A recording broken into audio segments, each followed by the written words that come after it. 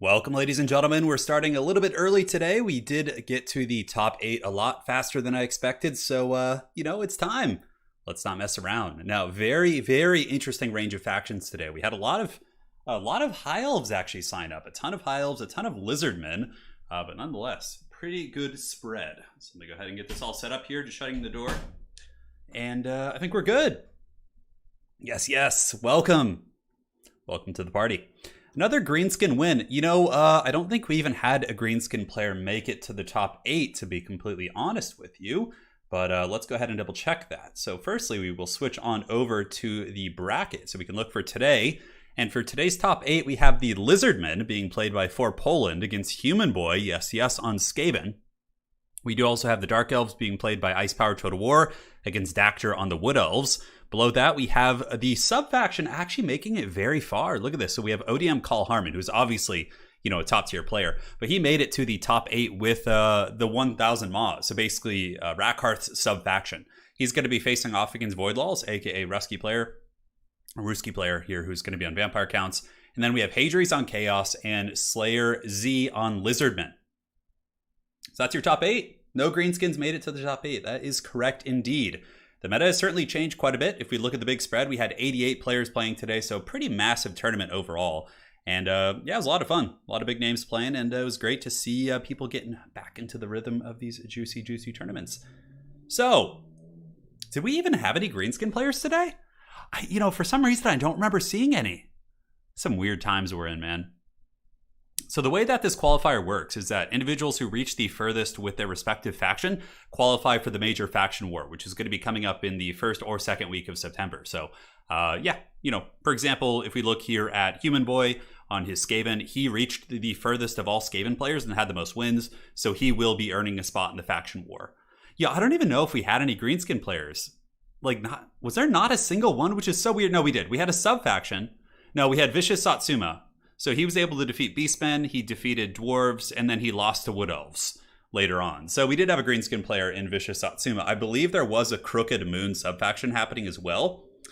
But anyways, we're going to be jumping into the first battle of the day, which is going to be Hadries versus Slayers. Now, these are best of 1. All the matches today will be best of 1, except the Grand Finals. The Grand Finals will be best of 3, so that is where the party is going to be getting started. Start when ready. No rush. Yeah, so they can start whenever they're good. So we have Slayer Z. I do believe he might be our Lizardman champion for today, which is certainly a very impressive accomplishment. We had some very strong players on Lizardmen. I believe I saw Felcon playing them earlier. We do also have Hadries, who has already qualified as Chaos. So playing today is simply for the cash prize for today's event, but these players, most of them for the most part, have already qualified, which is cool. So we're going to be seeing what's cracking. Swarv lost early to Vampire Count. Satsuma lost to Dactyr. Yeah, okay. So we did have we had Swarv on the Greenskins against Vampire Counts, which is a matchup that maybe slightly Vampire Count favored, but can be won by Greenskins. Very, very, not easily, but it's very possible. All right, so we're going to be loading into Karak Ungor for our first map of the day. It's going to be Slayer Z versus Hadries. I got my tea, and I'm good. Yeah, Gojira, we do have a Skaven in the top 8. Human Boy made it today. So Human Boy has qualified for the Faction Wars, and he is going to be continuing to push forward for today's cash prize, which is going to be $50. And then, of course, the Faction War usually has a cash prize, a total pool of about $500. But, first place is usually like 150, 200, depending on, the split of things. So we'll see how it's going. How's it going, Jay Phoenix? Welcome. Yeah, I'm pretty sure everybody in the top 8 already qualified, which is cool. It kind of takes the pressure off. Now you can have some fun. You don't really need to stress, and just do your thing. How's it going, Wicked? Welcome.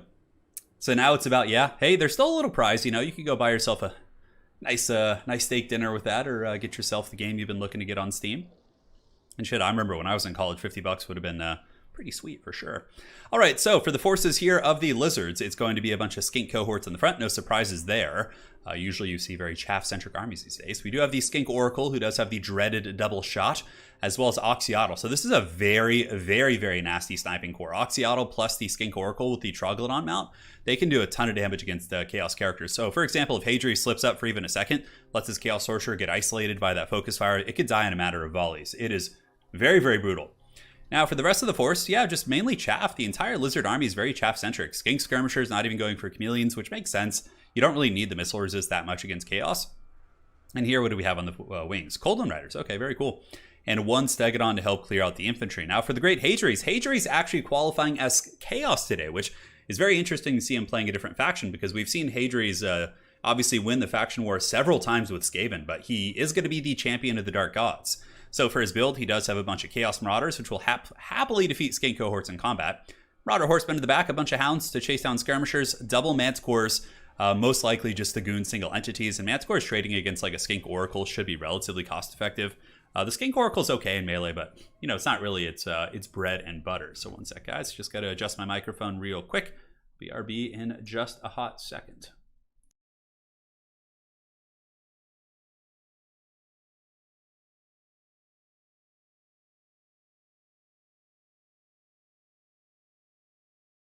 All right, I'm back. It is time. Sorry about that, guys. Should be all good. And thank you for joining today. So this isn't the faction war, but this is the qualifier for the big event. So originally when the faction war was first founded, essentially, we used to just kind of invite people based on reputation and folks I knew.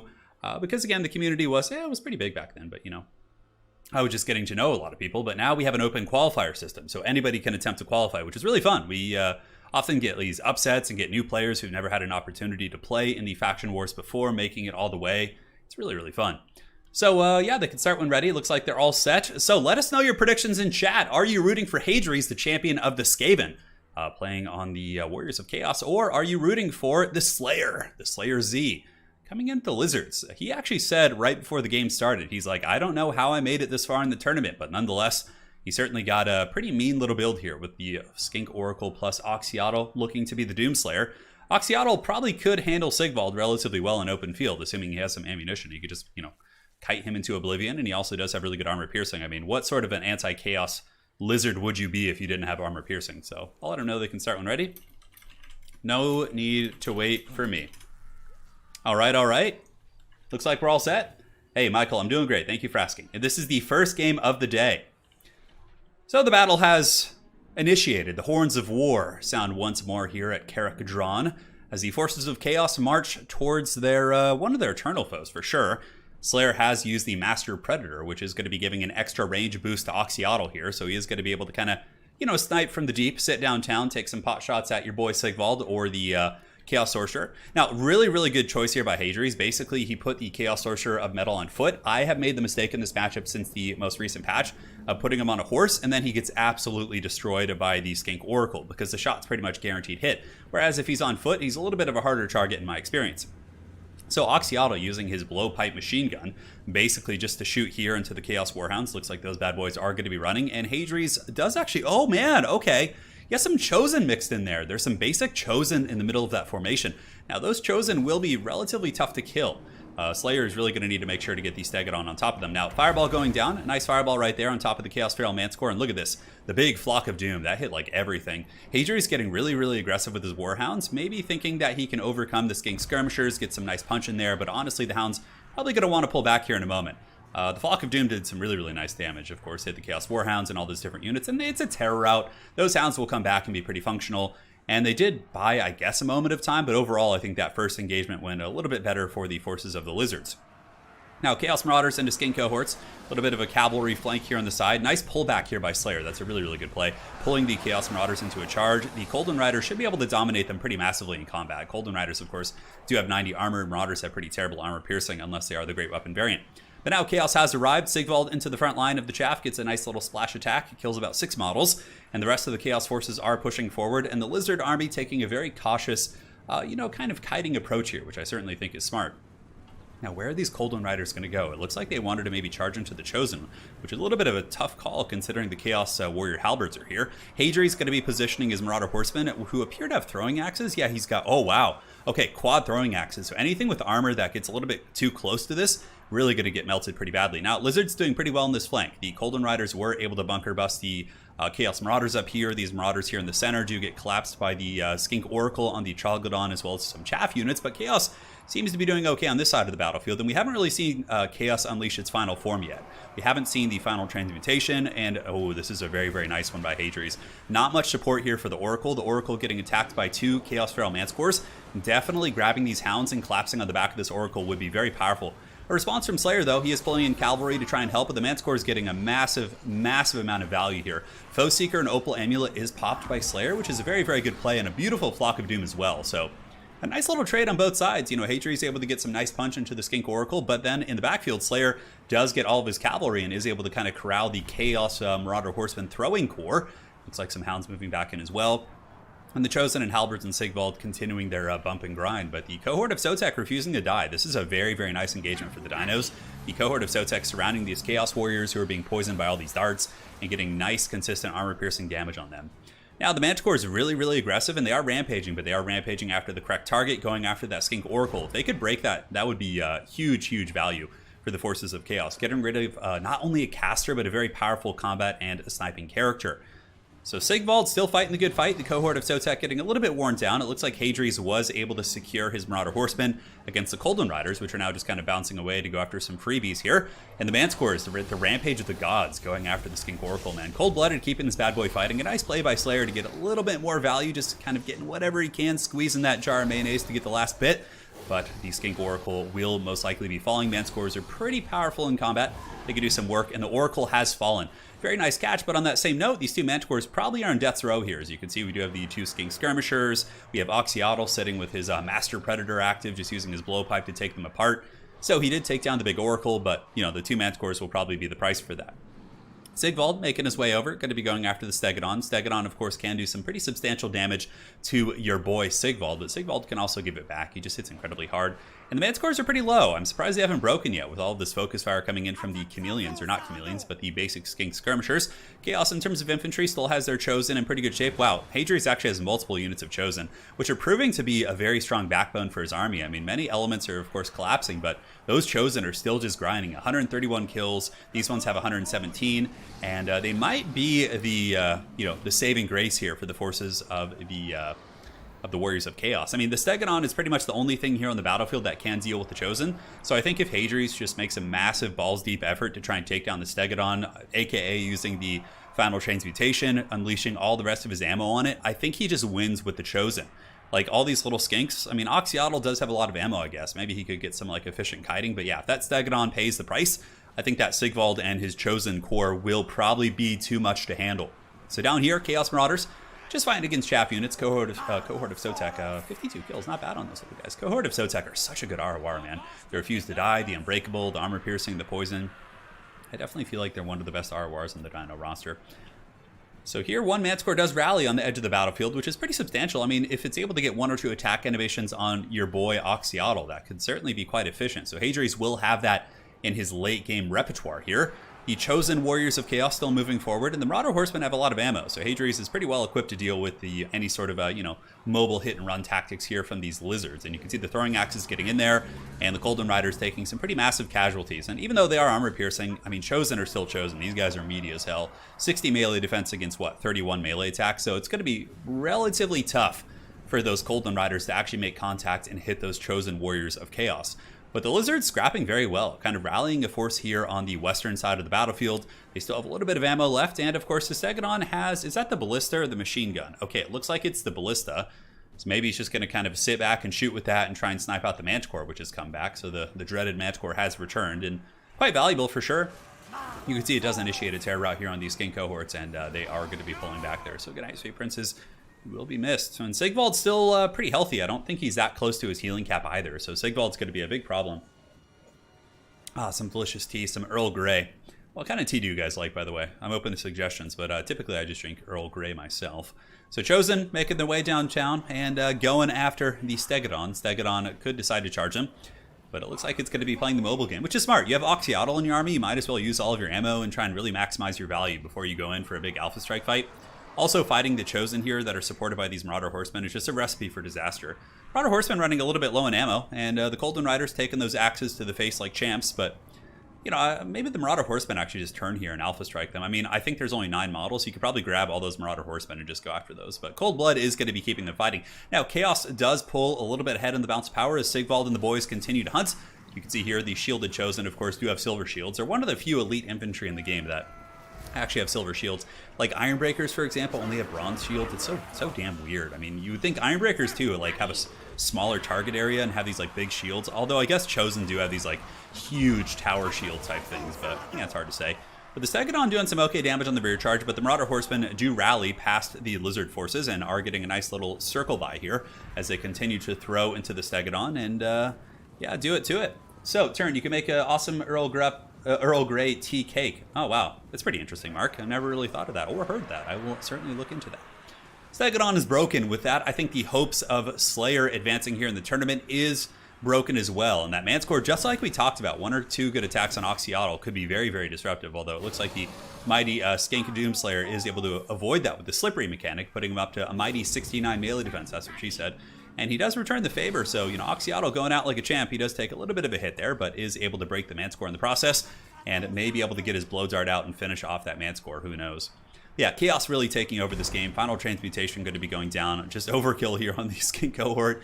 But it looks like Hadries has done the Dark Gods proud as the Warriors of Chaos do claim victory over the Lizards and advance on. I think the last fighting elements of the Dino army are going to be the cohort of Sotek. And Oxyotl, of course, doing very well. Oxyotl is a great lord. But I really like that Hadries brought his characters on foot. It really helped to mitigate the sniping elements of the Dino army. Like, nothing in Hadries' army was good for sniping. Oxyotl didn't really have any good targets, nor did the Oracle. I love that attack animation. Look at that. Oh, it's so cool when he jumps up on his, like, blowpipe there, and or whatever the hell it is, his tail, I don't know. But, yeah, really, really neat. Lizard's still scrapping. I mean, is the balance power going to be creeping back? I mean, I just don't think there's any chance. Sigvald is just too angry right now, and Oxyotl doesn't even have enough ammo to kill him. Like, in a straight fight, you know, yeah, Oxyotl's getting a nice little snipe here on the Chaos Sorcerer Lord.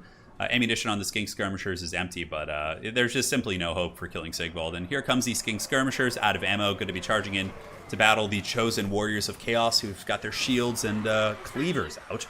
And Sigvald, of course, the scion of Slaanesh, the prodigal prince, going to be taking him apart, cleaving one of his Chosen asunder just for perhaps not being a follower of Slaanesh. We don't really know. Some weird shit going on in the realm of Chaos. Oxyotl, the Master Predator. Oh my god, that's so troll. So Oxyotl right now is actually hidden, guys. Like, even at this point, Hadries can't see him. He's still hidden. He's still hidden. Let's keep tabs on this. He knows where it's coming from, and now he's only visible when he gets that close to you. That is some crazy shit. That is some crazy shit, man. Oh my god. This is wild. So Oxyotl able to finish off this Chaos Sorcerer medal. I mean, even though the Dinos are most likely going to lose this game, I'd be very surprised. I think Sigvald's ITP as well, is he? Yeah, he is. Okay, so the Terror Route isn't going to happen. 2 HP on this Chaos Sorcerer. Man, Oxyotl just giving him the dirty, and he's got his blowpipe out. Is he going to go after it? He knows that character is probably, down for the count here. And Sigvald moving forward. Can the Stegodon pull out a miracle victory? I really don't think so. There's 2 units of Chosen here. Chosen, of course, are not immune to psychology, so they can be Terror Routed, but there's just nothing can stop Sigvald. And as ammunition is used for the Lizards, it's going to be affecting the balance of power. And you can see, I think it actually puts them in army losses because it does affect the balance. And there you have it. That is it. GG, well played. Hadries claiming victory with the Warriors of Chaos. So for today's bracket, for any of the challengers who are watching, if you guys are next up from the bottom side of the bracket, you guys will be next. Taking a look here, we do have Sigvald doing pretty well for himself. Marauder Horseman, decent little spread. Manticores were probably the MVPs. 1,400 to 1,000. Chosen, man, yeah. I mean, they lived. They didn't do a ton of damage, but they lived. A good build from Slayer for sure. Had some anti-infantry, had some good Lord sniping. Had there been a bigger Lord or some more snipeable targets like a Chaos Sorcerer on a horse, it could have been a very different game. But overall, really, really fun match between these 2 champs. All right. There we go. GG, well played. Those were some long army losses. Yeah, it took a while, huh? All right, so we are going to be having 1 lobby today, so let me go ahead and get the next players up. So we're going to have Call Harmon on the 1,000 Maws. Wow, that's some crazy shit. Okay. So let me tag them. Call Harmon versus Void Laws. Cool. So we have tagged the players. They will now join the lobby. Hadries will be advancing on to the next round, so we can go ahead and do this and update ye old bracket here. So let's do that and have some fun. All right. So Hadries will be advancing on with his victory. Let's do this. We are on the Glorious Challenge website. And he goes up and will be facing the winner of he's either going to be facing Dark Elves or Vampire Counts, which are both pretty bad matchups for Chaos, but it's winnable. Probably would rather face the 1,000 Maws because this vampire, or this Dark Elf army is actually a sub-faction. It's the Rakarth sub-faction. He is not allowed to bring Marathi. So he's going to have to either bring a Supreme Sorceress or something that, you know, is in that purview there. Hey, thank you so much, Ricardo. If there's anything you can improve on as a streamer, what would it be? Oh, man. Okay. So, yeah, it's an interesting question. I mean, having a more defined schedule for streams. Because, you know, I feel like the video thing is fine, but my stream schedules are all over the place. I don't really do a good job of notifying people. So I think that's a big thing. Also, I could up the production quality, maybe get some new graphics, update them, things like that. And yeah, I don't know. Those would be my two biggest critiques is, you know, I don't like planning ahead for events. It kind of stresses me out. I like to just go, but yeah. Thank you so much for your donation. Thank you so much. All right, so let's see if the players have joined here. And we'll get back into the lobby here. So I will invite them. I will find them. I know they're probably playing under funky names right now, as a lot of people play under these fake names. Actually, you know what? I'll just go to my friends list. They might not be able to see the lobby, so it's kind of a strange thing. The whole Steam lobby thing is just so terrible. All right, so let's get you in there. And then let's get Call Harmon. Oh, he changed the spelling of his name. That's why he couldn't find him. Treachery. Let's see. Perfect. So Call Harmon is here. He is going to be playing the 1,000 Maws. Man, who would have thought the dreaded 1,000 Maws would make it this far in the tournament, huh?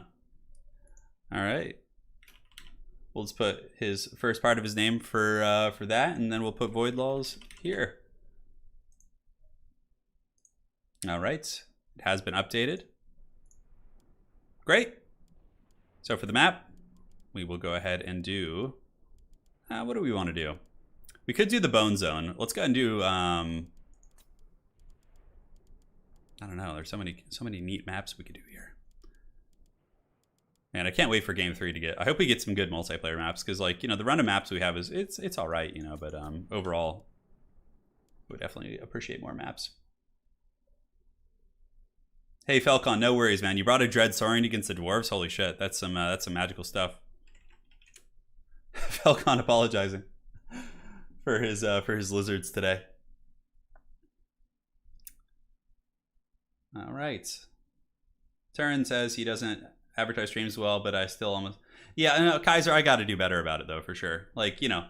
Like if you look at like Lionheart, for example, and like, you know, these kind of guys, they like put out a schedule like every Monday or something that has their entire weekly stream. So like people can plan better. Yeah, I need to start doing stuff like that. Right now, I've been traveling a lot. You know, I've had some family stuff going on, so I've had to take care of some of that. So I haven't been too organized lately, but starting in September, I'll be back to like a more regular schedule. Yeah. Hands are doing good. Thank you for asking. Yeah. Which Gotrek and Felix book is my favorite? I really like Beast Slayer, which is the Siege of Prague, when the Warriors of Chaos, you know, besiege Prague. That book is pretty goddamn epic. I mean, I also like the Demon Slayer when they go to the Chaos Wastes. Like that one is really epic too. It kind of has like a reclaiming the lost hold type feel, or exploring like an ancient civilization feel to it, which I really like. That's why I like Stargate SG-1 so much. Like, I love the fact that they're exploring these, like, ancient civilizations and, like, seeing the alien influence that had in our mythology. It's pretty cool. All right. Map set. Feel like have fun. So, we have Rakarth's subfaction, the 1,000 Maws, facing off against Void Laws and the Vampire Counts. These two have already qualified for their respective roles. So, Call Harmon has qualified for the subfaction spot, and Void has qualified for the Vampire Counts. Now, as far as performances today, Void Laws has probably had one of the best performances in today's tournament. And I'll go ahead and show you why right now. So going back to the bracket, ye olde bracket, we should be able to find it here in a hot moment through the power of technology. So if we look at Void Laws, now, he played against Wood Elves with Dark Phoenix, an amazing player. He played against Xiphos on Wood Elves, another amazing player, and then from there he also had to play dwarves. So like, I mean, I would say Vampire Counts versus dwarves might even be Vampire Count favored, but he had to play a lot of elves today, and another one too, although this will probably be the better one for him since he can't bring Marathi. But yeah, very, very strong performance from him, playing some very, very tough matchups and making it all the way here. But yeah, excited to see how this match goes here. All right, let's get in there and do it to it. We're just waiting for the players to make their builds, and we'll get this party started in just a hot second. Yes, yes. Hey, Majora. I'm glad you're enjoying the videos at work. I'll help you get through those monotonous hours, my friend. I certainly know how that was. Back when I used to work as an athletic director, I was basically, in the office. I was in the office about 3 or 4 days a week, and sometimes in the field. But yeah, man, I used to just watch Heir of Carthage and his videos when I was working and listening to podcasts. So I totally get that. How many times have people asked you about Gotrek and Felix books? Oh, I have no idea. Yeah, no, we're Bali. It's a lot, but there's a lot of new people here. Hey, Kyle, iPhone Kyle, thank you. Hey, Turin, who you got tonight? Cannoneer or Gastelum? Ooh, that's hard. Kelvin Gastelum, whenever you count him out, he had an amazing fight versus Israel Adesanya. So I don't know, probably Gastelum for me. My predictions have been pretty bad lately though with MMA. Yeah. All right, let's get this party started. So the battle is soon to be underway as we have Call Harmon of ODM facing off against VM Voidlulls. VM? I'm not sure which clan he's actually in. Perhaps a man of many faces. We will never know. But yeah, we're good. What's crazy is I was really shocked we didn't see more Bretonnia. Bretonnia is still a very strong faction. I agree. Pretty good against Elvish factions as well, which we had like 1 million of today. And we only saw one Bretonian faction. Yeah, one Bretonian player played today. That was it. One. That's it. Crazy shit. For Poland, how's it going? Cześć, my friend. Jak się masz? I hope your games today were bardzo dobrze. I'll actually be in Poland soon. Lady Turin has been in Poland, and I'm going to be going back. I actually have a red-eye flight tonight to Poland to spend a week with my wife, and then we're most likely going to be coming back together shortly after that, or she'll be coming back, sometime after that. But yeah, so I'll be gone until next Saturday. I have videos all set up until like September 2nd, just in case. But yeah, so I'll be getting things going there. Who you got for the World Cup? Oh man, I know nothing about the World Cup. I'm sorry. So here we are. I believe Arrow Krastic played a sub-faction of Bretonnia today. Yeah, he played Bordello, Alberic sub-faction. I'm not sure how far he got. I'm pretty sure he won his first game and maybe lost his second one. I'm not sure. Yeah. All right, so let's take a look at the forces here of Call Harmon. And he is your sub-faction representative for today, making it the furthest of all sub-factions. And we do have Dark Rider Repeater Crossbow, so it's going to be 3 in total. No, 4 backed up by just, you need some units to mitigate Hound pressure and bats, so Dark Riders and Cold Wind Knights are going to be doing that job. Now, the rest of the army's Bleak Swords, just chaff, Corsair Handbows. Oh my god, I thought he was going to be that kind of sub-faction guy who picks a sub-faction but then brings a generic lord to make it better to earn the sub-faction spot. But you can see Call Harmon truly is a man of the people, bringing your boy Rakarth here in, the round of 8. In a very, massive tournament, I guess. We had 80, 90 people today. And yeah, playing against one of the scariest players in the tournament. He does also have Lore of Dark here with Chillwind and Bladestorm. What the hell is this? This is some wild stuff. Yeah, the games were very close. Hey, I'm glad to hear that for Poland. Yeah, I think you played Professor Pone in one of them. Yeah, Ricardo. That's funny, man. So, looking at the forces of Void, he does have a battle line of zombies. Up in the sky, a Vampire of Death. A Von Karstein Vampire Lord with Storm of the Night. Ooh, Rakarth might be in a little bit of trouble. Storm of the Night plus Vampire Lord. That is a lot of stopping power up in the sky. Graveguard Great Weapon's going to make very, very quick work of those Bleak Swords. And then we also have Black Knights and Bats. Now, looking at the builds, I certainly think the build of Void is probably a little bit advantageous here, but a lot of it's going to come down to the Repeater Crossbow play.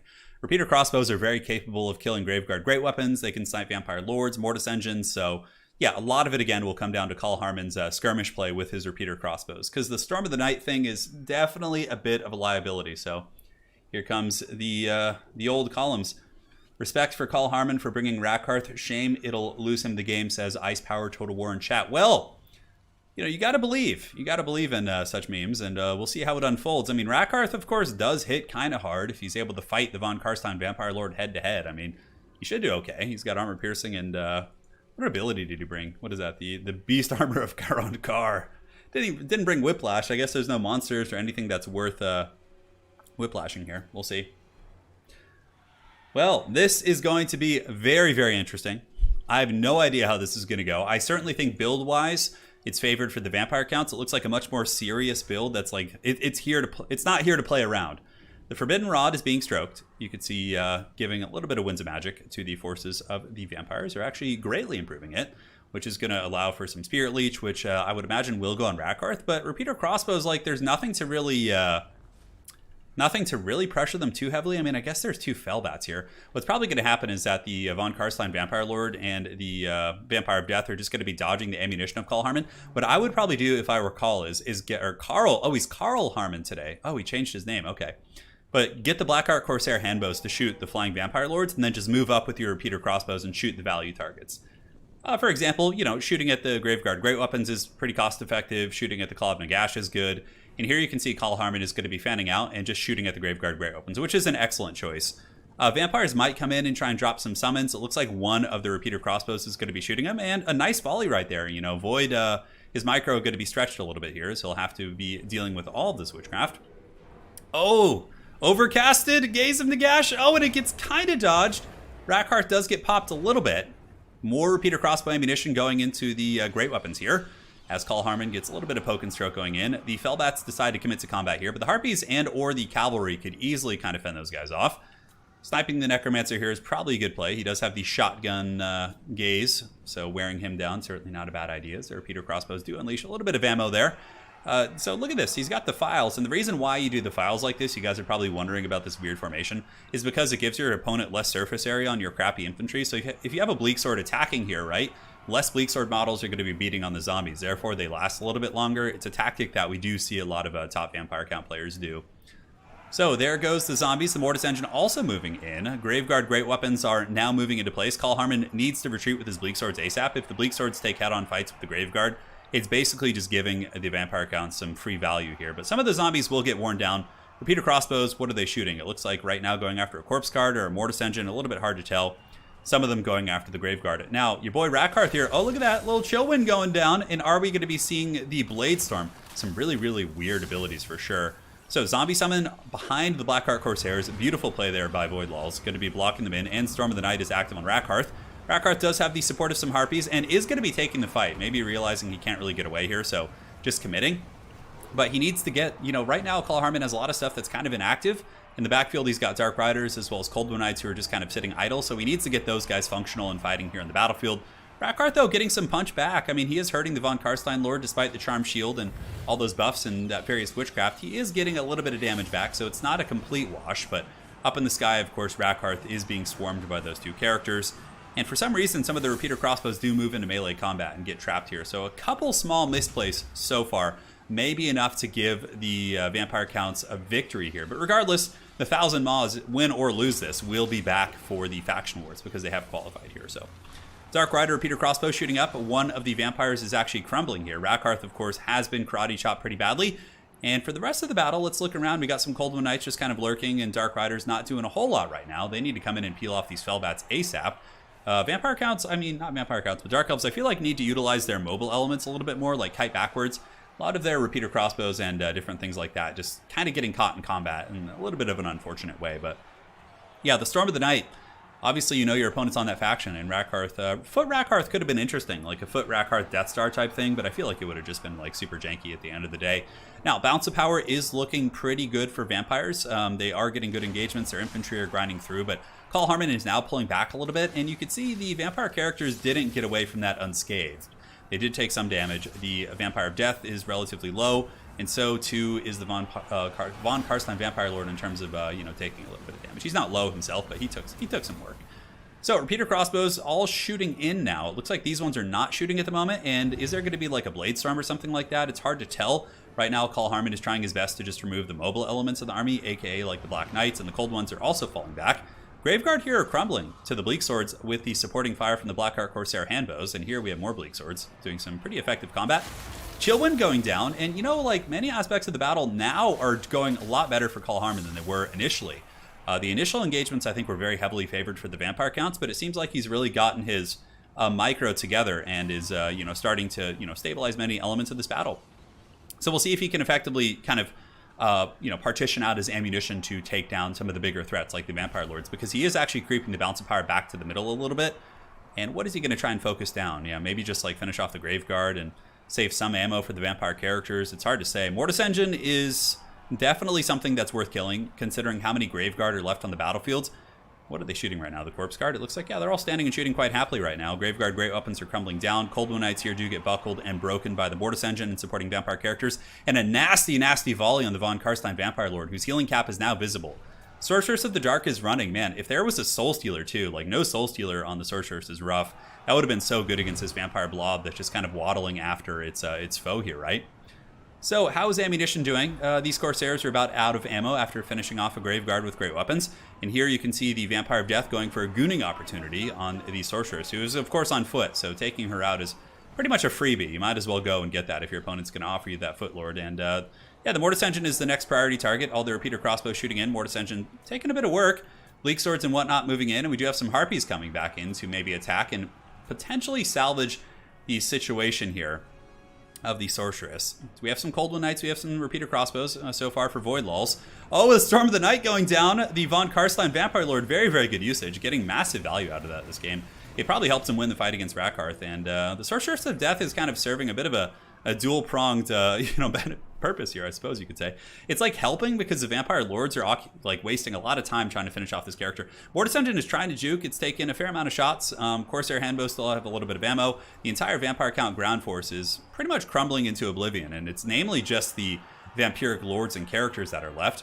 Maybe some Dark Riders going after the Claw of Nagash in tandem with these Cold Wind Knights that have rallied in the distance could be a strong play. Hard to say. The Sorceress doesn't really matter if she comes back. Her spells are pretty shit against these characters. Like, she's got, Chill Wind and what else was it? Freaking Blade Storm or something. That's what? That might kill a couple zombies here. So the Sorceress isn't really, like, a priority target to protect. Repeater crossbows, where are they going? It looks like they're scooting up a little bit too close. Ammunition efficiency here is going to be very important. You don't want to be wasting ammo on a lot of things like the basic Corpse Cart, but shooting down the Necromancer here certainly isn't a bad idea by any stretch of the imagination. Corsair Handbows will be pretty good here against Claw of Nagash. We got Cold Wind Riders making their way downtown as well.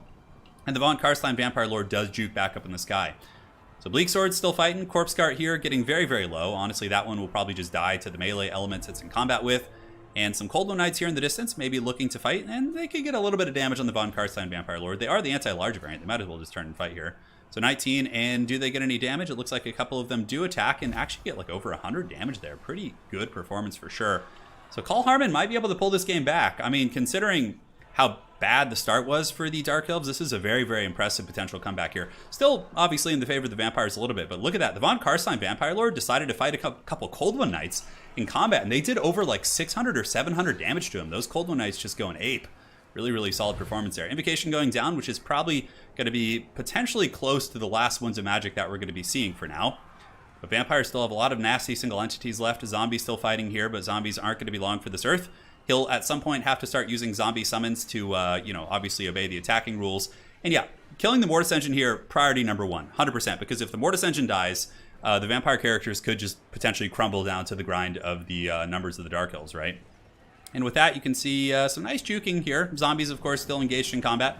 We got 45 zombie models fighting to the bitter end. Really, really doing everything he can to stay in this game. Man, this is a really, really tense one. Ammo's running just so bare bones, though. But yeah, you got to finish off the Mortis Engine. Switching between that and the Necromancer isn't a bad idea. Honestly, putting one on the Mortis Engine and one of them on like the Necromancer here isn't a bad play at all. Because it'll tax your opponent's micro pretty hard. And Cavalry charging in can do some shock damage. They are just Dark Riders, but it's not insignificant by any stretch of the imagination. You know what? Call Harmon, if he can finish off that Mortis Engine, I would not be surprised to call the game for him. So zombies are going to be wavering now, so I will go ahead and tell him that he needs to drop her attack. So need zombies or SEM must attack. And it looks like he's moving into attack. So yeah, he's moving in. He's attacking with his forces here. So one thing vampires can do, of course, to avoid that is they can just drop zombie summons and things like that. Call Harmon is just going to like trickle in. He's going to use the classic Reaganomics tactics, which actually will work in this situation. Usually it's not the most effective tactic here in this game, but that Mortis Engine is doing so much work. That thing really needs to pay the price. So the Necromancer gets rear charged. It does break down. A lot of the vampiric forces just kind of sitting back here, trying to make sure that you don't get like mass terror ratted. So the Claw of Nagash is at 1600 HP, being attacked by Dark Riders and repeater crossbows. No more ammunition here for the Druki. That's pretty rough for sure. One Necromancer going to be crumbling down. He's at -18.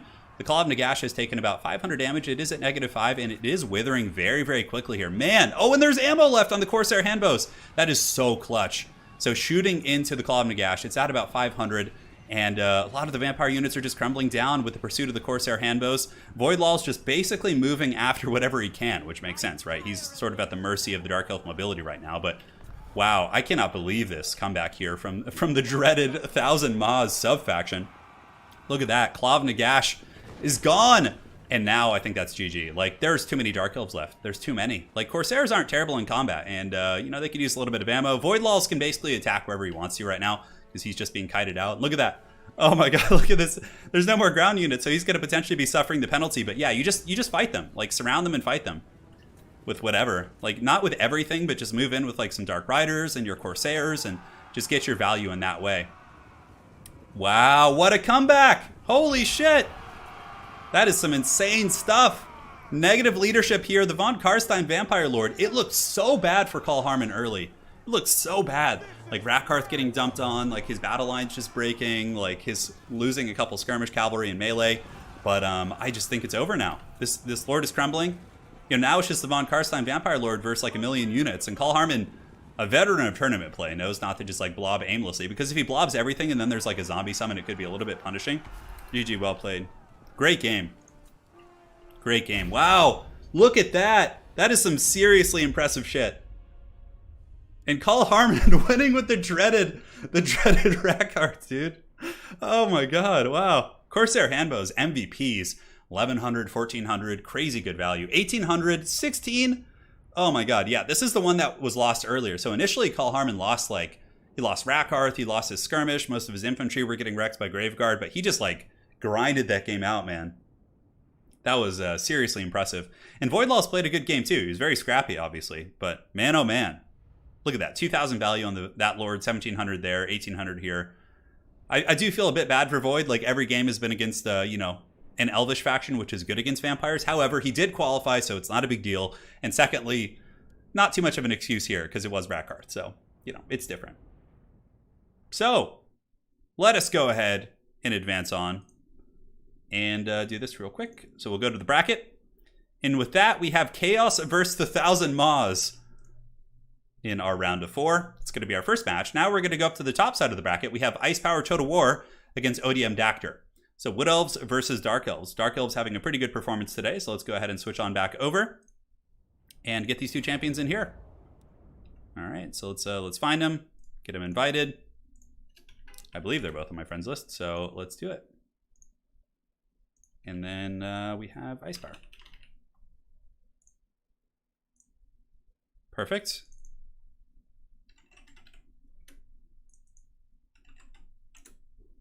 They've been given the password, and they are all set. All right, all right, all right. And next we will do the Blood Pine Woods. Yes, good. Man, what an amazing match that was, huh? What do you guys think of that one? Praise Kane. Praise Kane, I know. The legendary bald hair man strikes again, yeah. Pretty great for sure. All right, so just got to change the nameplate, see where the players are. We got Dactyr on the left. He is going to be our left player versus Ice Power. We're all updated and good to go. If I'm not mistaken, Ice Power's name a little bit too powerful there. Has to be switched back to fit into its bracket. Ketonis, thank you for the $5. Appreciate that. Thank you, thank you.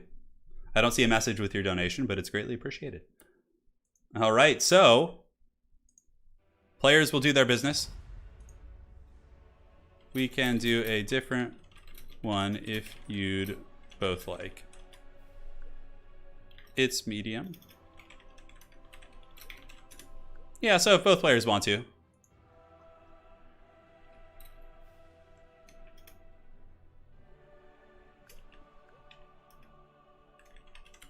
Perfect.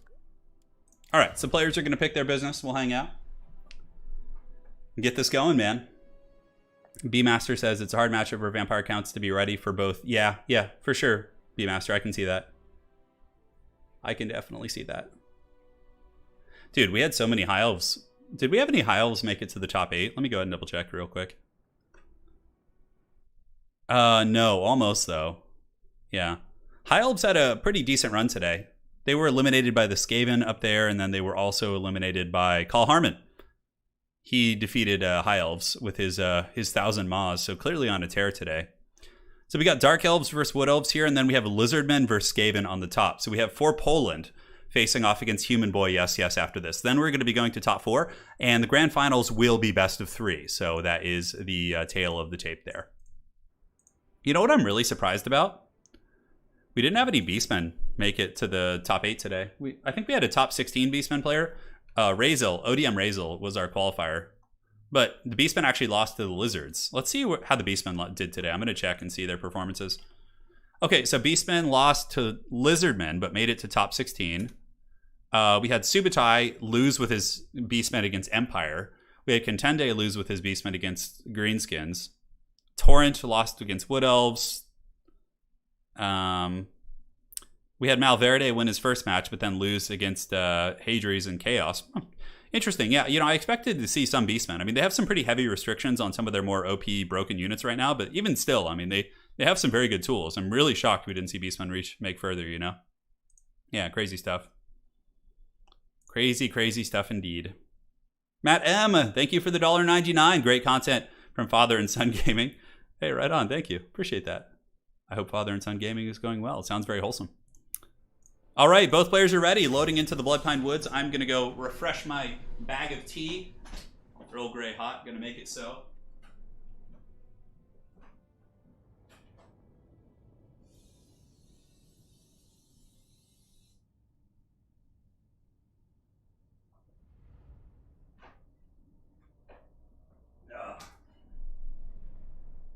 Had a nice night last night. I sat back, watched some Stargate SG-1, and painted a bunch of Empire miniatures. I finished 2 Empire handgunners. I'm kind of sad. I'm not like super happy about my color scheme for my army, but I feel like it's the point of no return. I've already painted like a third of the army that way. I decided to use like a contrast paint, like a mix of contrast paints to get like a purplish hue for their cloth, but I don't know. You guys will have to be the judge. All right. Moving in on Spiff's turf. I prefer coffee, like 100%. So I don't think I could ever move in on the Spiffing Brits turf in terms of tea, because I vastly prefer coffee. But the thing is, if I drink coffee before I do streams, it kind of makes my voice a little bit like scratchy and tired. So I can't project as well, is basically what it is. Are you playing AOS? I'm playing AOS with that army right now as Cities of Sigmar, but when the Old World comes back, I'll be using them in Old World as well. So, yeah. Yeah, it's going to be great. Yeah, Stargate is awesome for sure. It's really fun. Oh, man. Yeah, I love that show. I don't know. It's just so fun. Like, I love the combination of, like Earth mythology and, like, being influenced by the alien and the Goa'uld and all that. And I really like the actor who plays Teal'c. I think his name is like something Judge, Christopher Judge or something. I can't remember his full name, but I really like Teal'c in that show. He's great. Yeah. Pretty cool stuff. All right, so for the armies here of the Wood Elves, we'll get back to rambling about nonsense after this battle. We're going to be getting a triple Waywatcher backed up by Wild Riders and just some, containment units via Glade Riders. We got Spears, Blade Singers in the back, and the Sisters of Twilight. Very, very interesting. All right, that is quite cool. Now for Ice Power Total War, we got Bleak Swords into the Sunset, backed up by a bunch of Dark Riders, Double Manscore, Scourge Runner Chariots, and Marathi. So Marathi is here, and it is time. It is time indeed. So here comes the forces of the Druchii. Obviously, they're going to have to be the aggressors and really, really, really make sure they watch out for the Waywatchers, which are about to punish these Chariots pretty badly, although not too much damage. Waywatchers, of course, were nerfed a couple patches back. Not quite as accurate as they once were, but they still pack a serious punch, especially if you're sitting still. So trying to finish off the Scourge Runners. Obviously, the Scourge Runners have pretty good penetration ability to push into the Elvish lines and really wreck the infantry and also, counter skirmish, right? So focusing down the Scourge Runners here, I certainly understand that ploy by Dactyr. Both players saying good luck, have fun. The Bleak Sword's pushing in. Ice Power being very conservative with his elements, which is good. Basically, you just want to keep your expensive pieces back and slow push them using the Bleak Swords. And look at this. For some reason, the Sisters of Twilight kind of getting punished pretty badly here by these Scourge Runners. They got to be careful. But still on that same note, the Sisters doing some good damage against the Scourge Runner Chariots here. So many Scourge Runners does he have? It looks like 4 in total. Okay.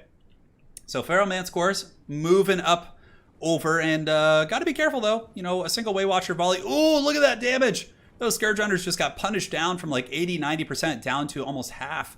Very, very good value. Now, Way Watchers, are they going to go after the Manscore? Certainly wouldn't be a bad idea. Manscores are kind of sitting a little bit still, but oh my god, that Manscore just neoed him, dude. He just bent under that bullet right there.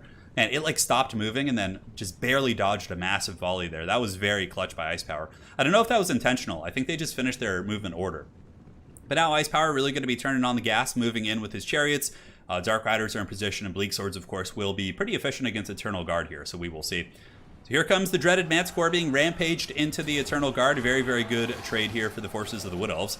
And it looks like a big Soul Stealer is going to be going down, which is pretty good from Wrathy. I mean, it hits both of the Way Watchers, Eternal Guard, and also will be tickling the pickle on these ones. No, not quite, but still a good Soul Stealer and is able to get some value. Sisters got to watch out, though. They are actually taking a fair amount of Scourge Runner ammo. They're down to about half health. If Wrathy were to kind of zoom over there and Dactyr were to lose pace of the Sisters of Twilight, things could get a little bit messy for sure. Now, Bladesinger is going to be targeted by the Wand of Crydon from Wrathy, which should do some damage, probably take them down about 300-400 HP. We'll go ahead and watch Wrathy. Oh, Wrathy gets nuked into oblivion. Oh my god, down from like full to almost nothing. And the Bladesingers did partially dodge that as they pile in to fight. Looks like maybe a Pendulum going to be going down in the Dark Riders there, and it does bonk them right on the head, and the Bladesingers should be able to make very, very quick work of these Druchii here. You can see the Dark Riders are going to be rushing in to try and help.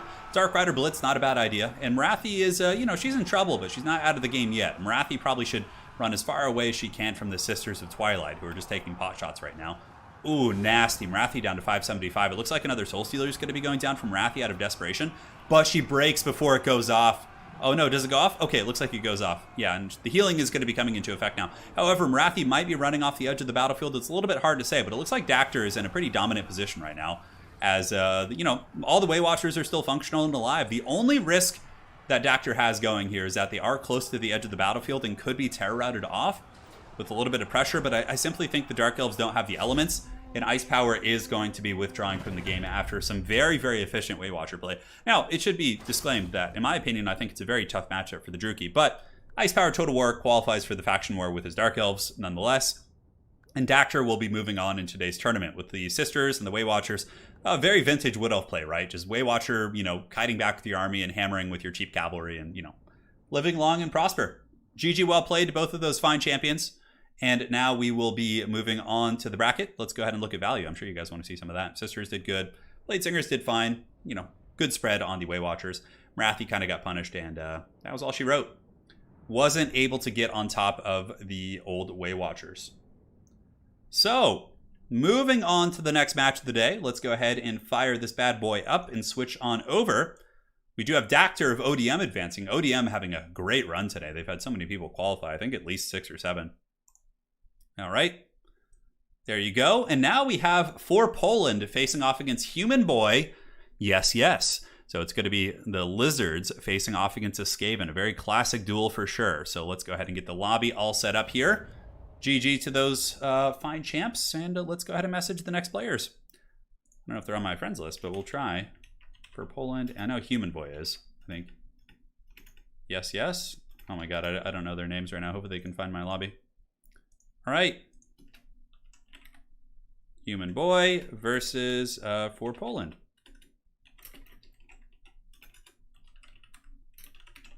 Let me know if you can't see lobby. All right, so the next player should be joining soon. We'll be getting the game going. Well played, Ice Power. Looking forward to seeing you in the Faction Wars coming up. You have indeed qualified. They'll be either the 1st or 2nd week of September. Yeah, it's a very tough matchup for sure. It's a very, very tough matchup. Certainly Wood Elf favored, but you know, it's all good. That you qualified. You accomplished your goal you set out to accomplish today. So, you know, it's kind of inevitable in these qualifiers to run into bad matchups because there's just so much wild, you know, faction diversity and things like that. So, let me go ahead and get these fine gentlemen my Steam key here. And here. Cool. So Human Boy's in the lobby. The most convincing duplicitous Skaven. He will be Human Boy, and he is going to be facing off against the country of Poland. All right, perfect. Here we go. Here we go. And we are all set. So for Poland, will add me to his friends list, and we'll get that fine gentleman here into the lobby.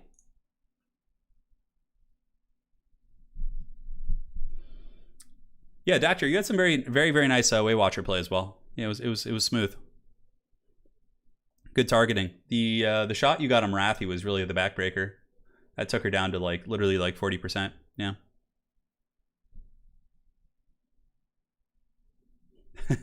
No worries, Ice. You're all good, man. So, predictions. Oh, we got to do some polls as well. Yeah, we got to do some of that action. That would be quite a bit of fun. We haven't been doing those today. And again, thank you all for joining.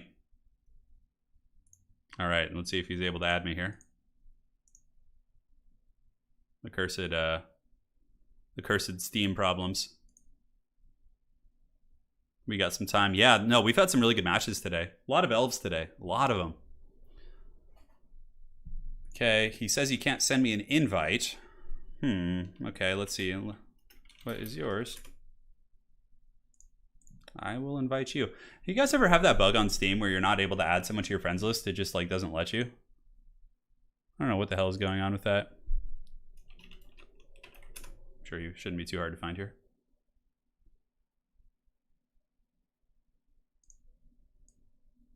All right. Because I always run into that problem. It's very strange.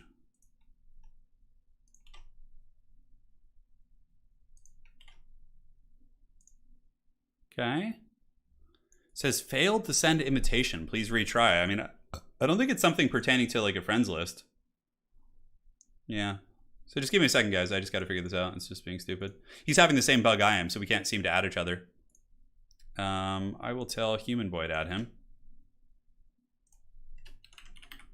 So Human Boy, if you're here,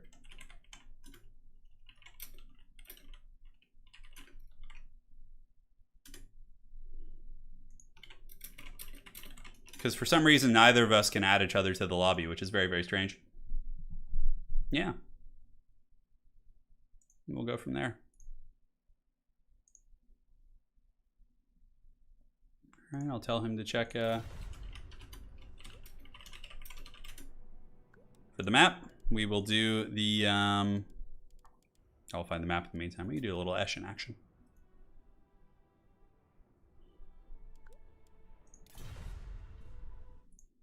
Perfect. So the players will get all squared away, and we should be fine.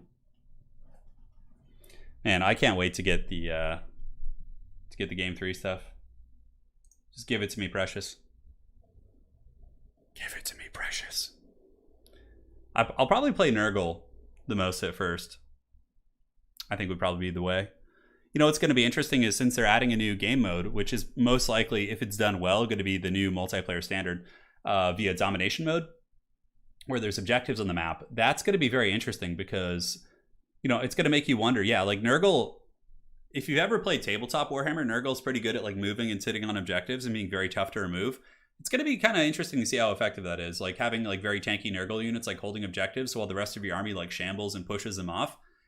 You know, just get like a couple units of Plague Bearers to sit there, whatever. I mean, it depends on how tanky Nurgle units truly are, but I'm very excited to see how the meta will develop there. But again, like I don't think you're going to be able to sit your whole army on the objectives and win, because then you'll just get blown off. Like Nurgle isn't impervious; it's just a little bit tankier. So, yeah. All right, let's see if these guys were able to figure it out here.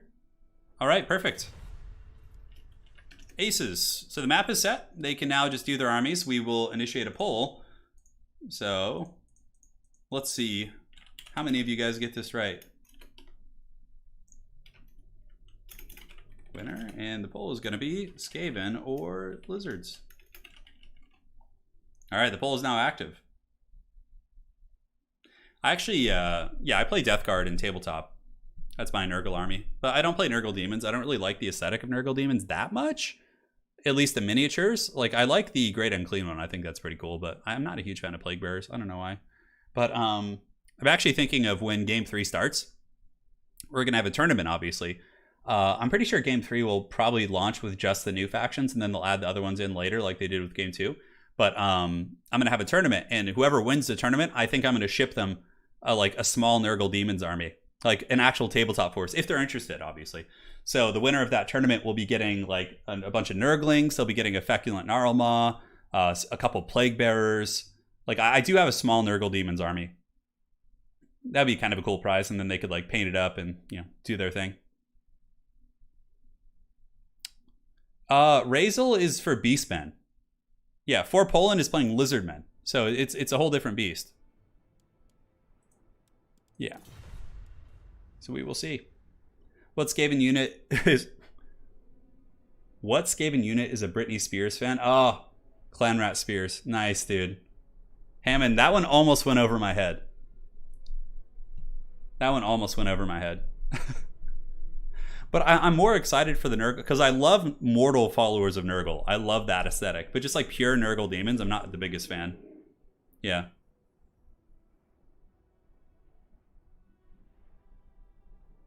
You play Nurgle demons? Hey, that's very cool, Giant Hippo. Yeah, so I'll be having a tournament and giving someone a small collection, you know, of Nurgle demons, and they can do as they wish. They can do as they wish.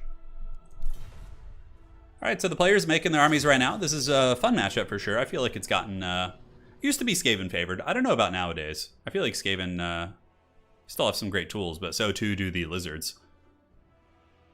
Vincent, hello from Poland. Cześć. Jak się masz?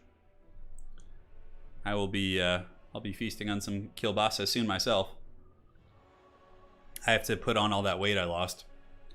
I was getting pretty chunky, boys. I was getting pretty heavy for a while there. I mean, I don't stream with a webcam, but I was getting a little husky. When I first started my YouTube channel back in like 2016, I was like 173 pounds. And then like 3 months ago, I was 194 pounds. And about a month ago, I started losing, like eating healthy and like exercising. And now I'm down to about 181. I'm getting back to where I was. I weigh 182 right now. So I've lost a lot of the chungus. But man, oh man, I was getting pretty hefty there for a while, which I never thought would be possible. I was like so into, you know, sports when I was younger. But crazy shit. Morn says hello from the bedroom. You know, I don't do a lot of crazy shit for fitness because of my hand surgeries. I can't lift much weights very well. Mainly, I just do a lot of cardio now, and because I really beat up my body doing weightlifting when I was younger. I used to do like a shit ton of pull-ups and bench press and, you know, all the bro shit, bicep curls, but now I've become a little bit more reasonable with it. So really my diet has just been cleaned up like hardcore. All right, the poll is concluded. It looks like most of you guys think Skaven's going to win this. What is this in normal weights? Yeah. I don't know. You guys are going to have to do the translation.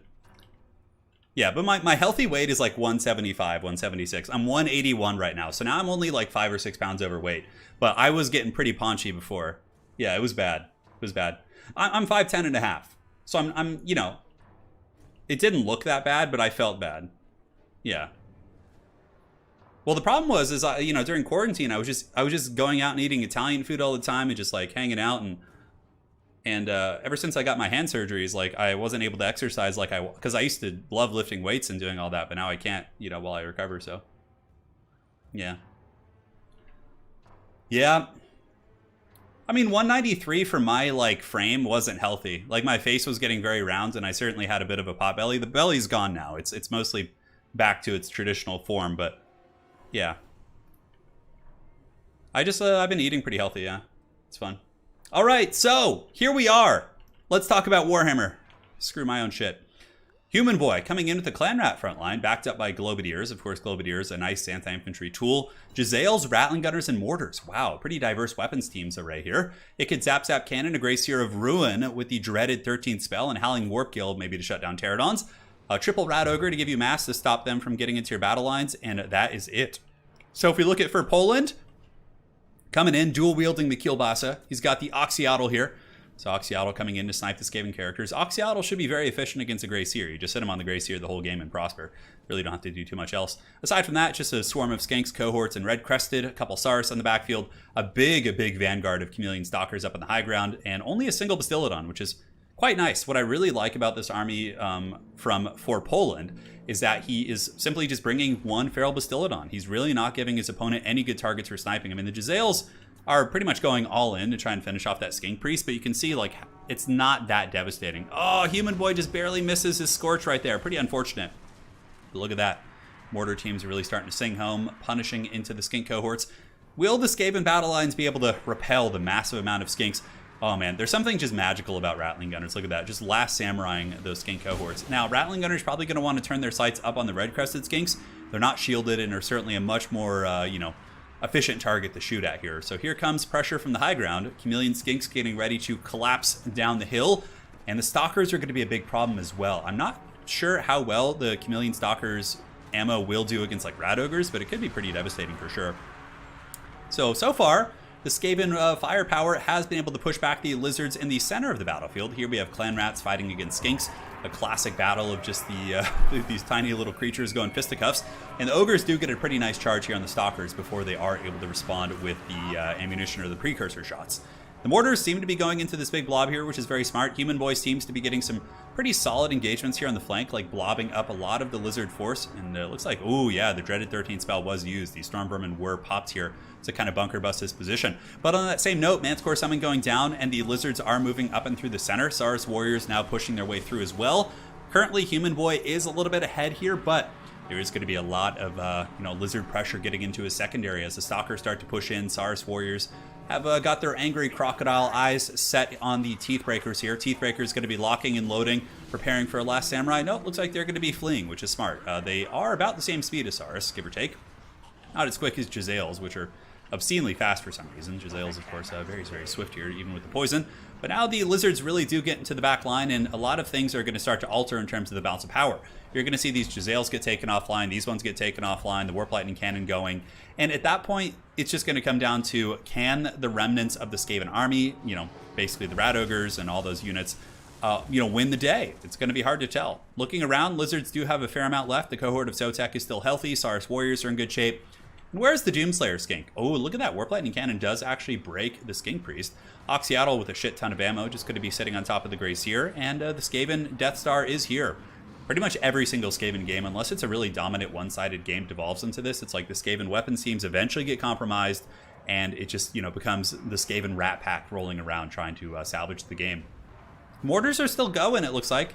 Might have them in guard mode. They're going to be trying to pull back right here. The Feral Bastillodon does get broken off.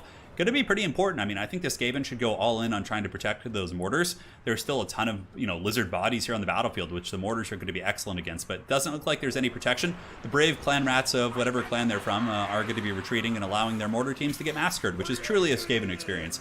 And you can see for Poland actually does pull ahead here in the battle, as many of those units do kind of get, just swarmed and swamped by the lizard pursuing elements. Rattling Gunners do rally up on the high ground. Concealment Bombs is active. Look at that. So going to be getting them rats up on the hill. Maybe looking to set up some shots against the red-crested skinks. A little bit hard to say. But man, oh man. There are so many damn lizards here on this battlefield. That is some wild shit. So Oxyatl, the Master Predator. It's pretty cool. He definitely is the Predator. He gets in there. He hunts. He does some scary business. But Oxyatl going to be continuing to chase down the mighty Grey Seer with Unholy Clamor, trying to rally his forces. But this is like every Skaven situation in a Gotrek and Felix books. They're winning, they're doing a lot of damage. Suddenly Skaven start becoming cowardly and running and abandoning each other, and then things fall apart. Very, very Skaven situation. Up here we have the Teethbreakers trying to rip some shots while they can, but these skink cohorts do have 89 models, and despite a couple of them being blasted in the face, it's pretty epic as they get pushed back. They are going to be going down to that. And with that, for Poland will be doing the lizards proud as they claim victory over their eternal foe here. Well, not eternal, probably a more contemporary foe. But, the dreaded 13th spell going down, trying to salvage that balance of power a little bit longer, but I just simply think it's not going to be enough. There's too many. An Oxyatl with his blow darts shooting up into the Gracier of Ruin. And the ROR cohort of Sotek alone would just be so problematic to deal with. And another Manticore Summon coming in. He had another Manticore Summon. Brutal stuff. So Human Boy, with a very nice run today, will be qualifying for the faction war. He was our farthest reaching Skaven player. And for Poland will be advancing, and I believe he is the qualified lizard player. I'll have to go ahead and double check that. So we will see. We will see. Yeah, for sure. I mean, the build, the Skaven build wasn't bad. But the Jezzails and the Rattling Gunners didn't have a home. That's like a massive investment. If these two Jezzails, if like this Rattling Gunner and like this guy had been Globadiers, it would have been a completely different game. But since it was just a lot of sniping and there wasn't anything to snipe, for Poland's build was very, very effective for sure. So, yeah, GG, well played. It was a fun match. Oxyotl with some good value. Little Stalkers doing their best for sure.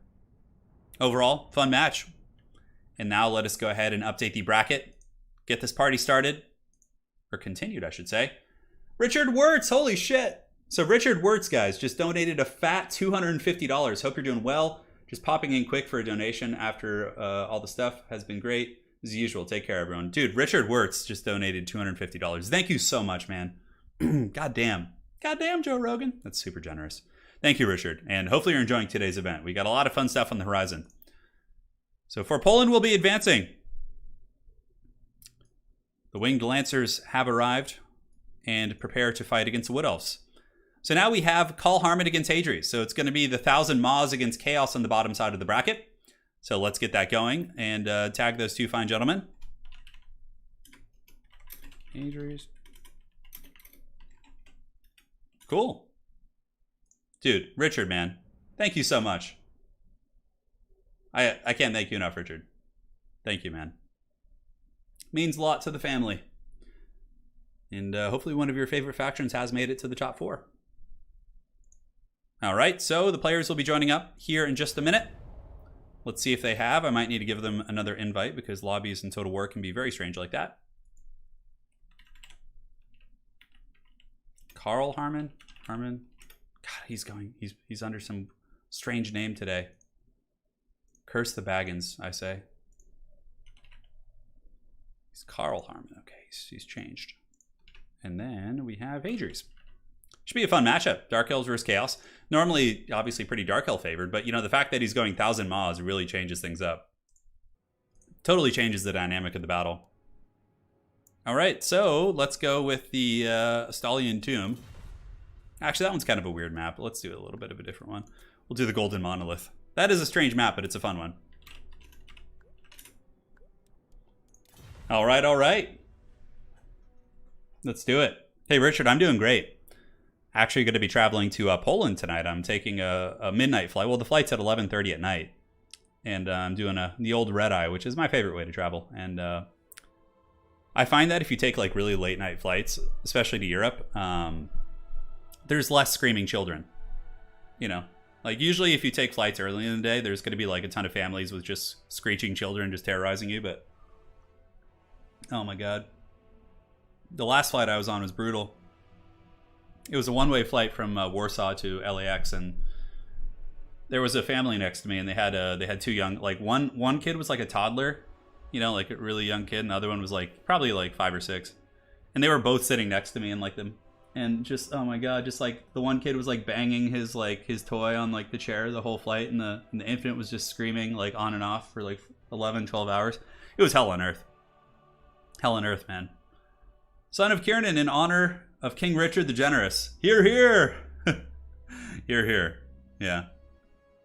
Yeah, going to Poland, yeah. My wife's been out there taking care of some family business. So I'm going to go out there, meet up with her, and we might come back together. Or she'll come back shortly after, but yeah. It is time. Rakarth versus Kolek would be pretty epic. The Beastmaster versus the Beast. I'd be super excited for that. But players are just picking their armies right now. Let's go ahead and update the scorecard before I forget to do that. Adri's, and we have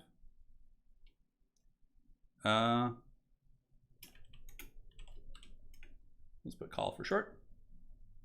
Should fit just fine. Got to make call's name a little bit more powerful.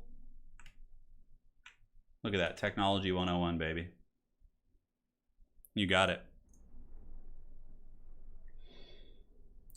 Yeah, it was a pretty brutal flight. Kevin, Jesus. Yeah, it was a rough one. I mean, there was a lot of well-behaved kids for sure on the flight, you know. I think a lot of it just comes down to the parents, you know. Like there was like a kid sitting in front of me who was like, you know, must have been like, I don't know, 5, 6, 7 years old and like quiet the entire time. Not a single sound. You know, respectful. And then there's some who are just like, you know, unholy terrors. It's just kind of, you know, random. But, you know, flying the red eye is certainly a good way to do it. So, the 1,000 Maws, it would be pretty crazy to have a sub-faction actually win the tournament overall today, huh? That would be some wild shit, I gotta say. Stuart Wilson, or Willison. Hey, Turin, just want to show some love and appreciation for the streams. Hey, I got you, man. A lot of good stuff coming up, too, man. I'm going to be covering... obviously, Warhammer 3 is going to be huge. Like, we're going to be covering the hell out of that game. But another one that we're going to be covering very, very heavily here on the channel is going to be Age of Empires 4. And also, I know they made a new Company of Heroes. I didn't play the previous one, but I am interested in the new title. So, but Age of Empires 4 is going to be one that I will cover extremely heavily. I'll be doing like faction breakdowns and things like that for them. So, yeah. Try living in Orlando, Florida. Every time I fly, there's like 1,000 Disney kids. That's funny. Yeah. I'm not really sure what the red eye refers to. I think it has something to do to like, you know, just, you know, being tired and flying at night or something. I don't really know. Yeah. If only Turin's videos were available on in-flight entertainment. You know, one of the coolest elements would be to have the to have like, yeah, like a long faction war stream that's like 4 hours on a flight. That would be super fun. Excuse me.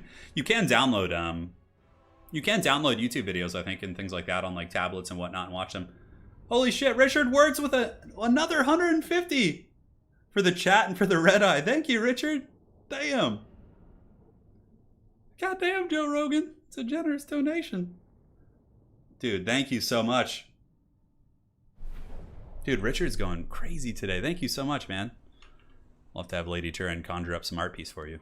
Another one.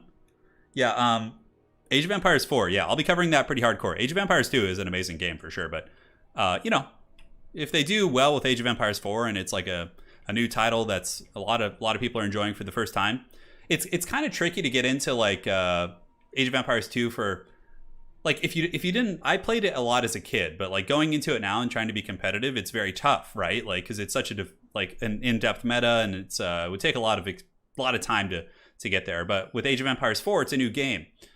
Therefore, you know, yeah, many of the things from AoE 2 probably will carry over, but I feel like I'll be able to pick it up quicker and like be a more competitive presence in that game than I would be with Age of Empires 2. Dude, Richard, man, thank you so much. I cannot thank you enough. All right. 1 second here, guys. Just got to adjust my microphone.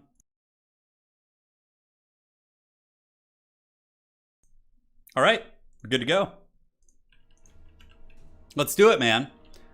So for the forces here of Rakarth.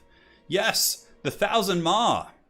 Where are the Maws? I don't really see any Maws in this army. I mean, I guess all the mouths of these warriors could be considered Maws, but it is going to be Rakarth up on his flying beast, and it looks like he is going to be bringing the dreaded slave, not dreaded slaver, but he's got one of his abilities. I think it's the self-buffing one, the Beastmaster or Beast Slaver. Yeah, so this is the one that gives him extra bonus versus large. It also gives him weapon damage. My voice is getting a little bit trolled today. I'm sorry, guys. Must have eaten something funky this morning. But yeah, it's going to be giving him a lot of stopping power. Aside from that, we do have Blackheart Corsair handbows backed up by Bleak Swords. Corsairs. Corsairs are an interesting choice in this matchup for infantry because they do trade pretty damn well with Marauders. So if you are expecting like a swarming army, those Blackheart Corsairs can do some heavy work. A single bolt thrower to shoot at the Hell Cannon, but this map does have a lot of hills and terrain. Therefore, the Hell Cannon might actually be surprisingly effective against this army. We'll see. Couple of repeater crossbows, looks like 2, backed up by Dark Riders to handle hounds and enemy skirmish cavalry, and that is it. Overall, pretty solid army. It has many of the basic elements via the Scourge Runners, repeater crossbows, and the Bolt Thrower I think is a nice tech against the Hell Cannon. So for Hadries, we have 1,000,000 Marauder Horsemen, which is very necessary. If you don't bring Marauder Horsemen in this matchup, you are going to be at the mercy of the Dark Elves' mobility, and you're going to have a very bad time. So we do have Chaos Feral Manticore, Sigvald, Chaos Metals Caster with Final Transmutation, which is very meta right now, and Warriors and Chosen. Interesting, with the Soul of Damnation being on the low ground. So yeah, the Bolt Thrower is going to have some serious line of sight problems. This Hell Cannon with proper protection, I'm curious what Hadries will leave back here to protect it. The Dark Elves do have the elements in their army to get in there and really like chase that thing down, so he probably will need to leave something to like defend that. Yeah. Yeah, Stuart Wilson for sure. But I know that the Age of Empires 4 just actually had their closed beta. So yeah, there's that. And should be a lot of fun. We'll see. We will see. Rakarth is here. That is time. Let us do Glorious Battle and see what spells they have. So, Manticore Summon coming in. Interesting, though. Only having Manticore Summon is a little bit suspect, because you pretty much will always have enough Winds of Magic to summon 2 Manticores, and then there's going to be plenty of Winds of Magic left over. So, by doing this, Call Harmon, I mean, he really should have brought Flock of Doom or something like that, just to give him some extra stopping power, you know? Yeah, a little bit of a shame. A little bit of a shame for sure. So the forces of the 1,000 Maws move forward. Obviously, they probably acknowledge the Hell Cannon, and they need to deal with it. And Hell Cannon, what is it going to be shooting?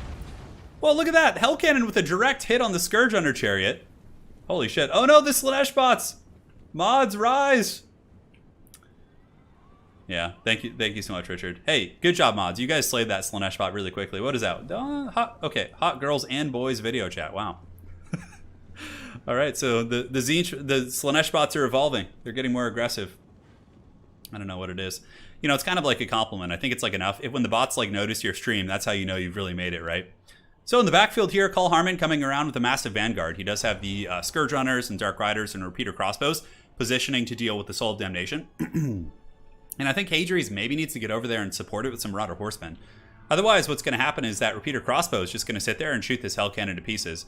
The Manticore looks like it's going to be chasing, which might be enough to deal with it. Scourge Under Chariot also pressing in, but that Manticore potentially could be overextended. In the backfield, we do have Sigvald, and the Warriors of Chaos are falling back now, which is smart.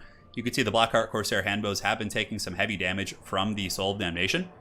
So, yeah, look at that. Down to 53 models from their 75. Here comes another shot. Shooting the Corsair Infantry is definitely smart, considering there are a couple Marauders in this army. Although, Hadri's, throughout the course of today's stream, really has been using a lot of Chosen. I would imagine he's been using Chosen in the tournament overall. Now, Scourge Under Chariots stay in combat a little bit too long with Marauders and actually do end up taking a little bit of work. Chaos is actually the one forcing the Druki army to advance, which is a very, very strange sight to see. But here, Hadri's gets his Marauder Horseman, going to be throwing up at Ye Old Rakarth. But Rakarth should be able to dodge that pretty happily. Yeah, Rakarth does get away there. Yeah, so he's able to get away without taking more than like 100 or 200 damage. Another Hell Cannon shot. Looks like it was going into the Dark Riders with the Repeater Crossbows.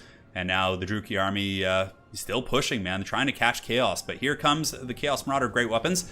Should get wrecked pretty good here if the Chariots get involved. But if they just end up fighting Bleak Swords, it's going to be a bit of a wash. Over here we do have Chaos Marauders being picked apart. Call Harmon getting a nice little isolation here, but the Manticore does jump in to support its brethren here on the ground. The Chaos Marauders, 69 models, making Slanesh proud, that is for sure. And the fighting is underway here in the center. Bleak Swords against Chaos Warriors and Chaos Marauder Great Weapons. Corsair Handbows do flank around the back, getting some nice solid focus fire into the back of those Chaos Marauders. And Rakarth is just looking for some fresh fish. He's just trying to find an opening to get into and engage safely. And it looks like he has found one. So going to be attacking the Mirror Guard right here. And now, oh, the duel of duels. Rakarth versus Sigvald. Is he going to be popping his buffs? Sigvald with 108 melee defense. Holy shit. Sigvald will beat the brakes off Rakarth. Rakarth is more of an anti-large specialist / assassin character. Sigvald, I guess you could qualify him as an assassin, but I wouldn't necessarily because of his speed. But, you know, he's a very scary duelist. Few characters in the game, like, you know, aside from big monsters and shit, can deal with Sigvald. So the Hell Cannon's still going strong, which is a huge boon for the Warriors of Chaos. On the flank, though, Marauders are getting a little bit kind of beaten up by the cycle charging of Dark Riders and some of these elements. So this flank could potentially collapse, but it looks like Hadri's has now become the aggressor. He is the captain, as I say. Great Weapon still chasing those units off. Hell Cannon has a shit ton of ammo. Oh, man, he really needs to find a way to deal with that. Call Harmon does. Maybe using Rakarth to try and fight the Manticores, but I mean, Rakarth is kind of damaged now.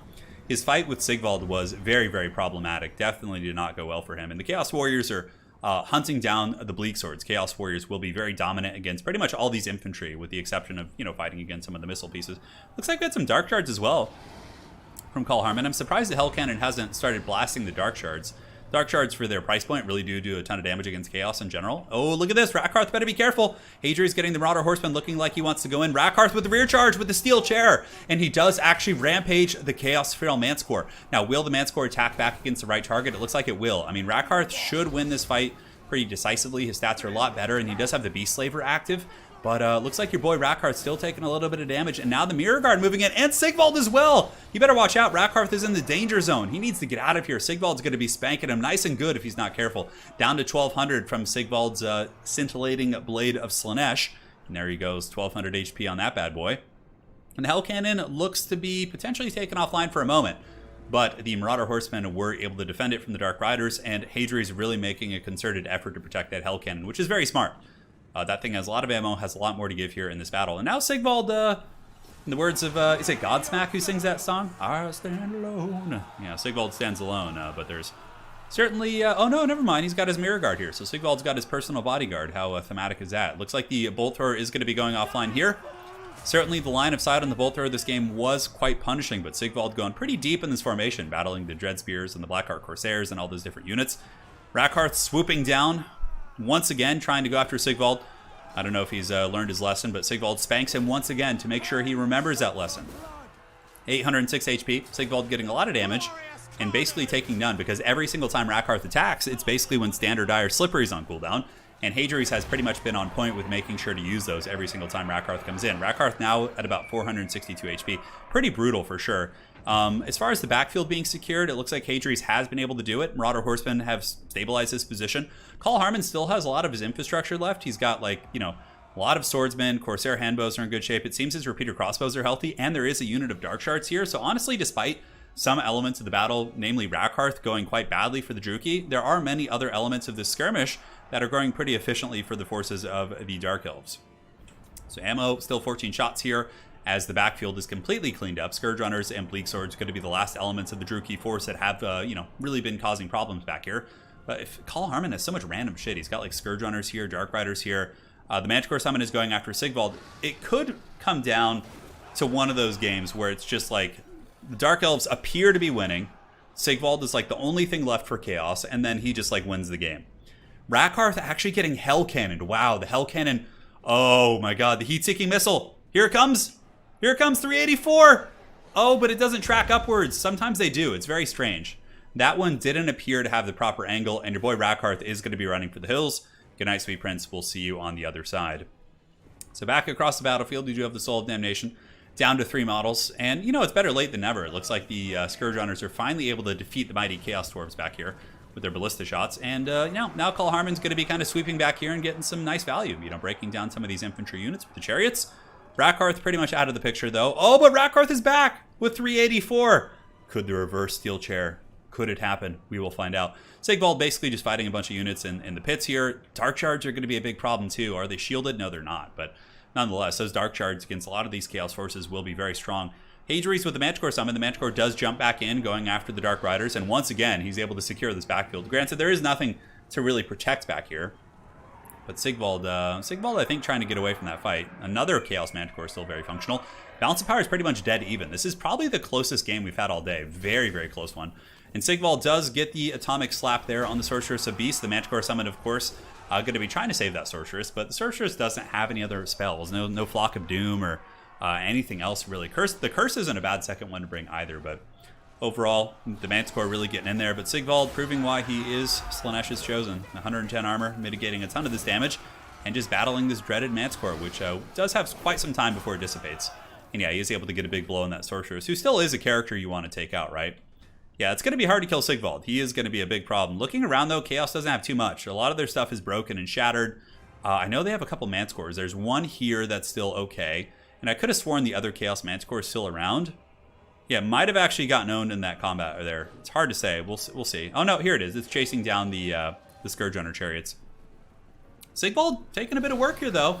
His healing cap presenting itself for the first time. This Chaos Feral Manticore has certainly done the Dark Elves proud and has given them a relatively, decent advantage here against Sigvald. But now Sigvald is able to defeat the Manticore and is going to be going in after the Sorceress, and that Sorceress in some serious trouble. The Scourge Runner chariots moving in, trying to cycle charge Sigvald is certainly a smart play. Probably getting the Dark Shards back, creating some space, and then like disengaging from Sigvald and trying to get all of the volley fire from the Dark Shards into him is going to be the best bet. Is Rakarth going to come back and do something as well? He's sitting up here in the hills. He's wavering. I mean, a Rakarth charge in the fourth quarter, like into the back of Sigvald, if he gets a little bit lower, could be very, very efficient for sure. And is Call Harmon going to be getting the Dark Shards into Siggy? We'll see. Looks like They don't quite have line of sight, or maybe they're shooting at the Chosen over there. It looks like they were shooting the Chosen, which are now being rode down by the Dark Riders. And are they going to get the shots? Oh man, Sigvald's, this could be really bad for Sigvald. His back's turned too. Are they going to get it? Sigvald immediately runs into the other Druki infantry to mitigate some of the damage, as the Dark Shards are going to be trying to shoot him. He's very fast. Sigvald has 40 speed, so disengaging from him isn't easy. So he turns around.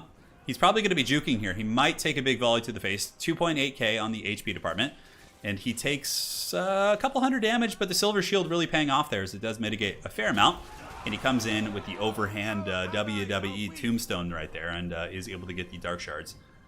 So yeah, Chaos pulling pretty far ahead on the balance of power. I think largely due to the fact that there is a full health Manticore coming in. The Manticore, of course, moving in. The dreaded Chaos Dwarves, the scourge of the old world. Here they come. Going to be doing battle against the Bleak Swords. Pretty hilarious. Look at these Chaos Dowie. I feel like we should just watch them. Nothing else matters, right? Is Rakarth going to go in on Sigvald? It looks like he is. Wow.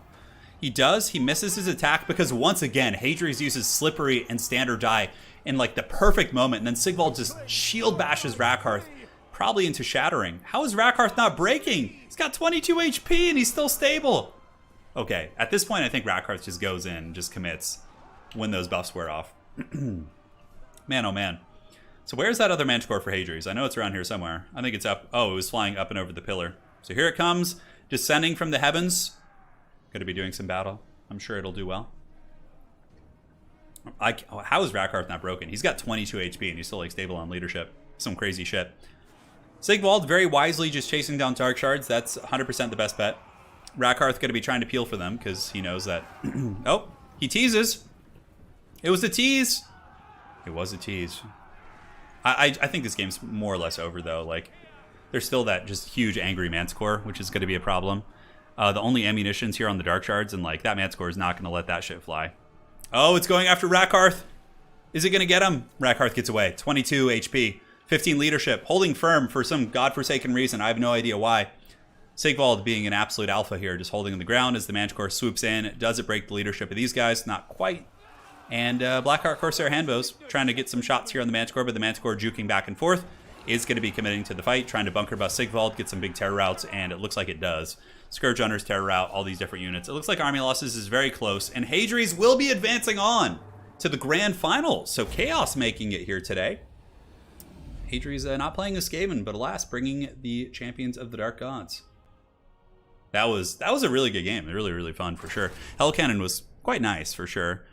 Bolt Thrower kind of got shut down. Still got about 500 value though. Yeah, it was a great game. I love the mix of just like adding in one wild chosen unit. That's so fun. Sigvald 3,000 value. Really, really establishing dominance over Rakarth here. Just 545, just all pitiful. All right, man. Wasn't that something? The Manticore just doing some work.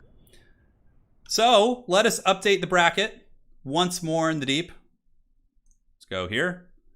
Hadri's will be advancing on to the grand finals to face off against the winner of For Poland and Dactor. So that's going to be our next match up for the day. So let's go ahead and get that bad boy all set and have him join the lobby. All right, so For Poland and Dactor.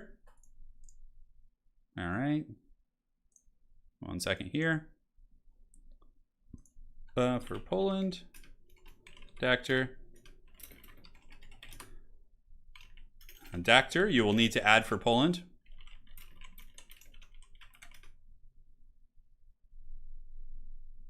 Here we go. And we're all set. Dobrze. When are you streaming Warcraft 3 again? I'm not. When I get back from Poland, I'll probably do one. Yeah. Sigvald definitely was the alpha there. Yeah, he did not mess around. All right, so let's go ahead and update the nameplates. Dactor, and Poland. I'll just put Poland. He can represent his country right now. Yes. Very good. Check Discord chat. You'll need to add him. Perfect. We are all set. Thank you again for joining. I know there's been a little bit of a dry spell, at least as far as myself hosting tournaments. This week I'll be out of town. I'll have videos going up every day, but then when I get back, I'll be very active at hosting tournaments again. Like we'll have 2 a week. We'll have One of the weekends, one midweek. We're going to be hitting it pretty hard. So get those practice games in. Prepare yourselves. You fixed the Beastmen Chariots, did you, Nick? What, like a mod or something? Soul Stealer is your favorite faction. That's pretty funny. Yeah, that's pretty funny. Yeah, Stalkers aren't a terrible unit. They're good for defensive builds. I find that if you're trying to be aggressive, they're not very good. But if you're like a counterpunch type build, they can do some solid work. So, all right. So for the map, let's do the. Let us go ahead and just do the one of the Karak maps. They're pretty good. Do Asgal.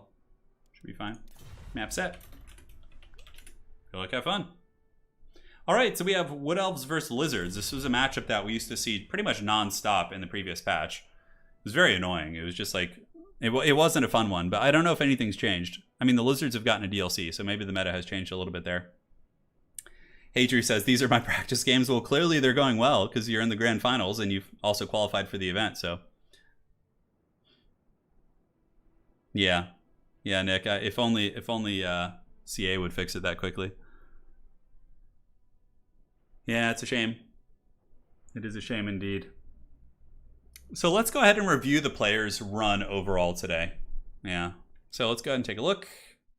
Go to the web bracket and look at the tail of the tape for these two champions who are going to be fighting to participate in the grand finals.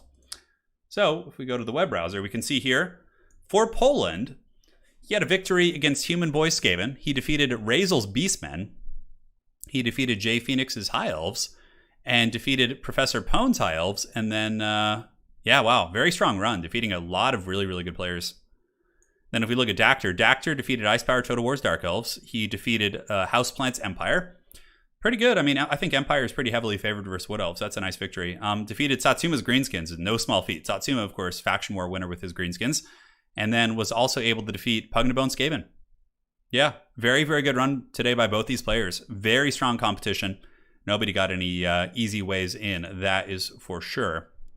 So Dactyr getting his business going. I'm going to go refill my water, and we'll be going here in just a second. Don't worry, CA will fix it after Warhammer 3 releases. Oh god, please don't make us wait that long.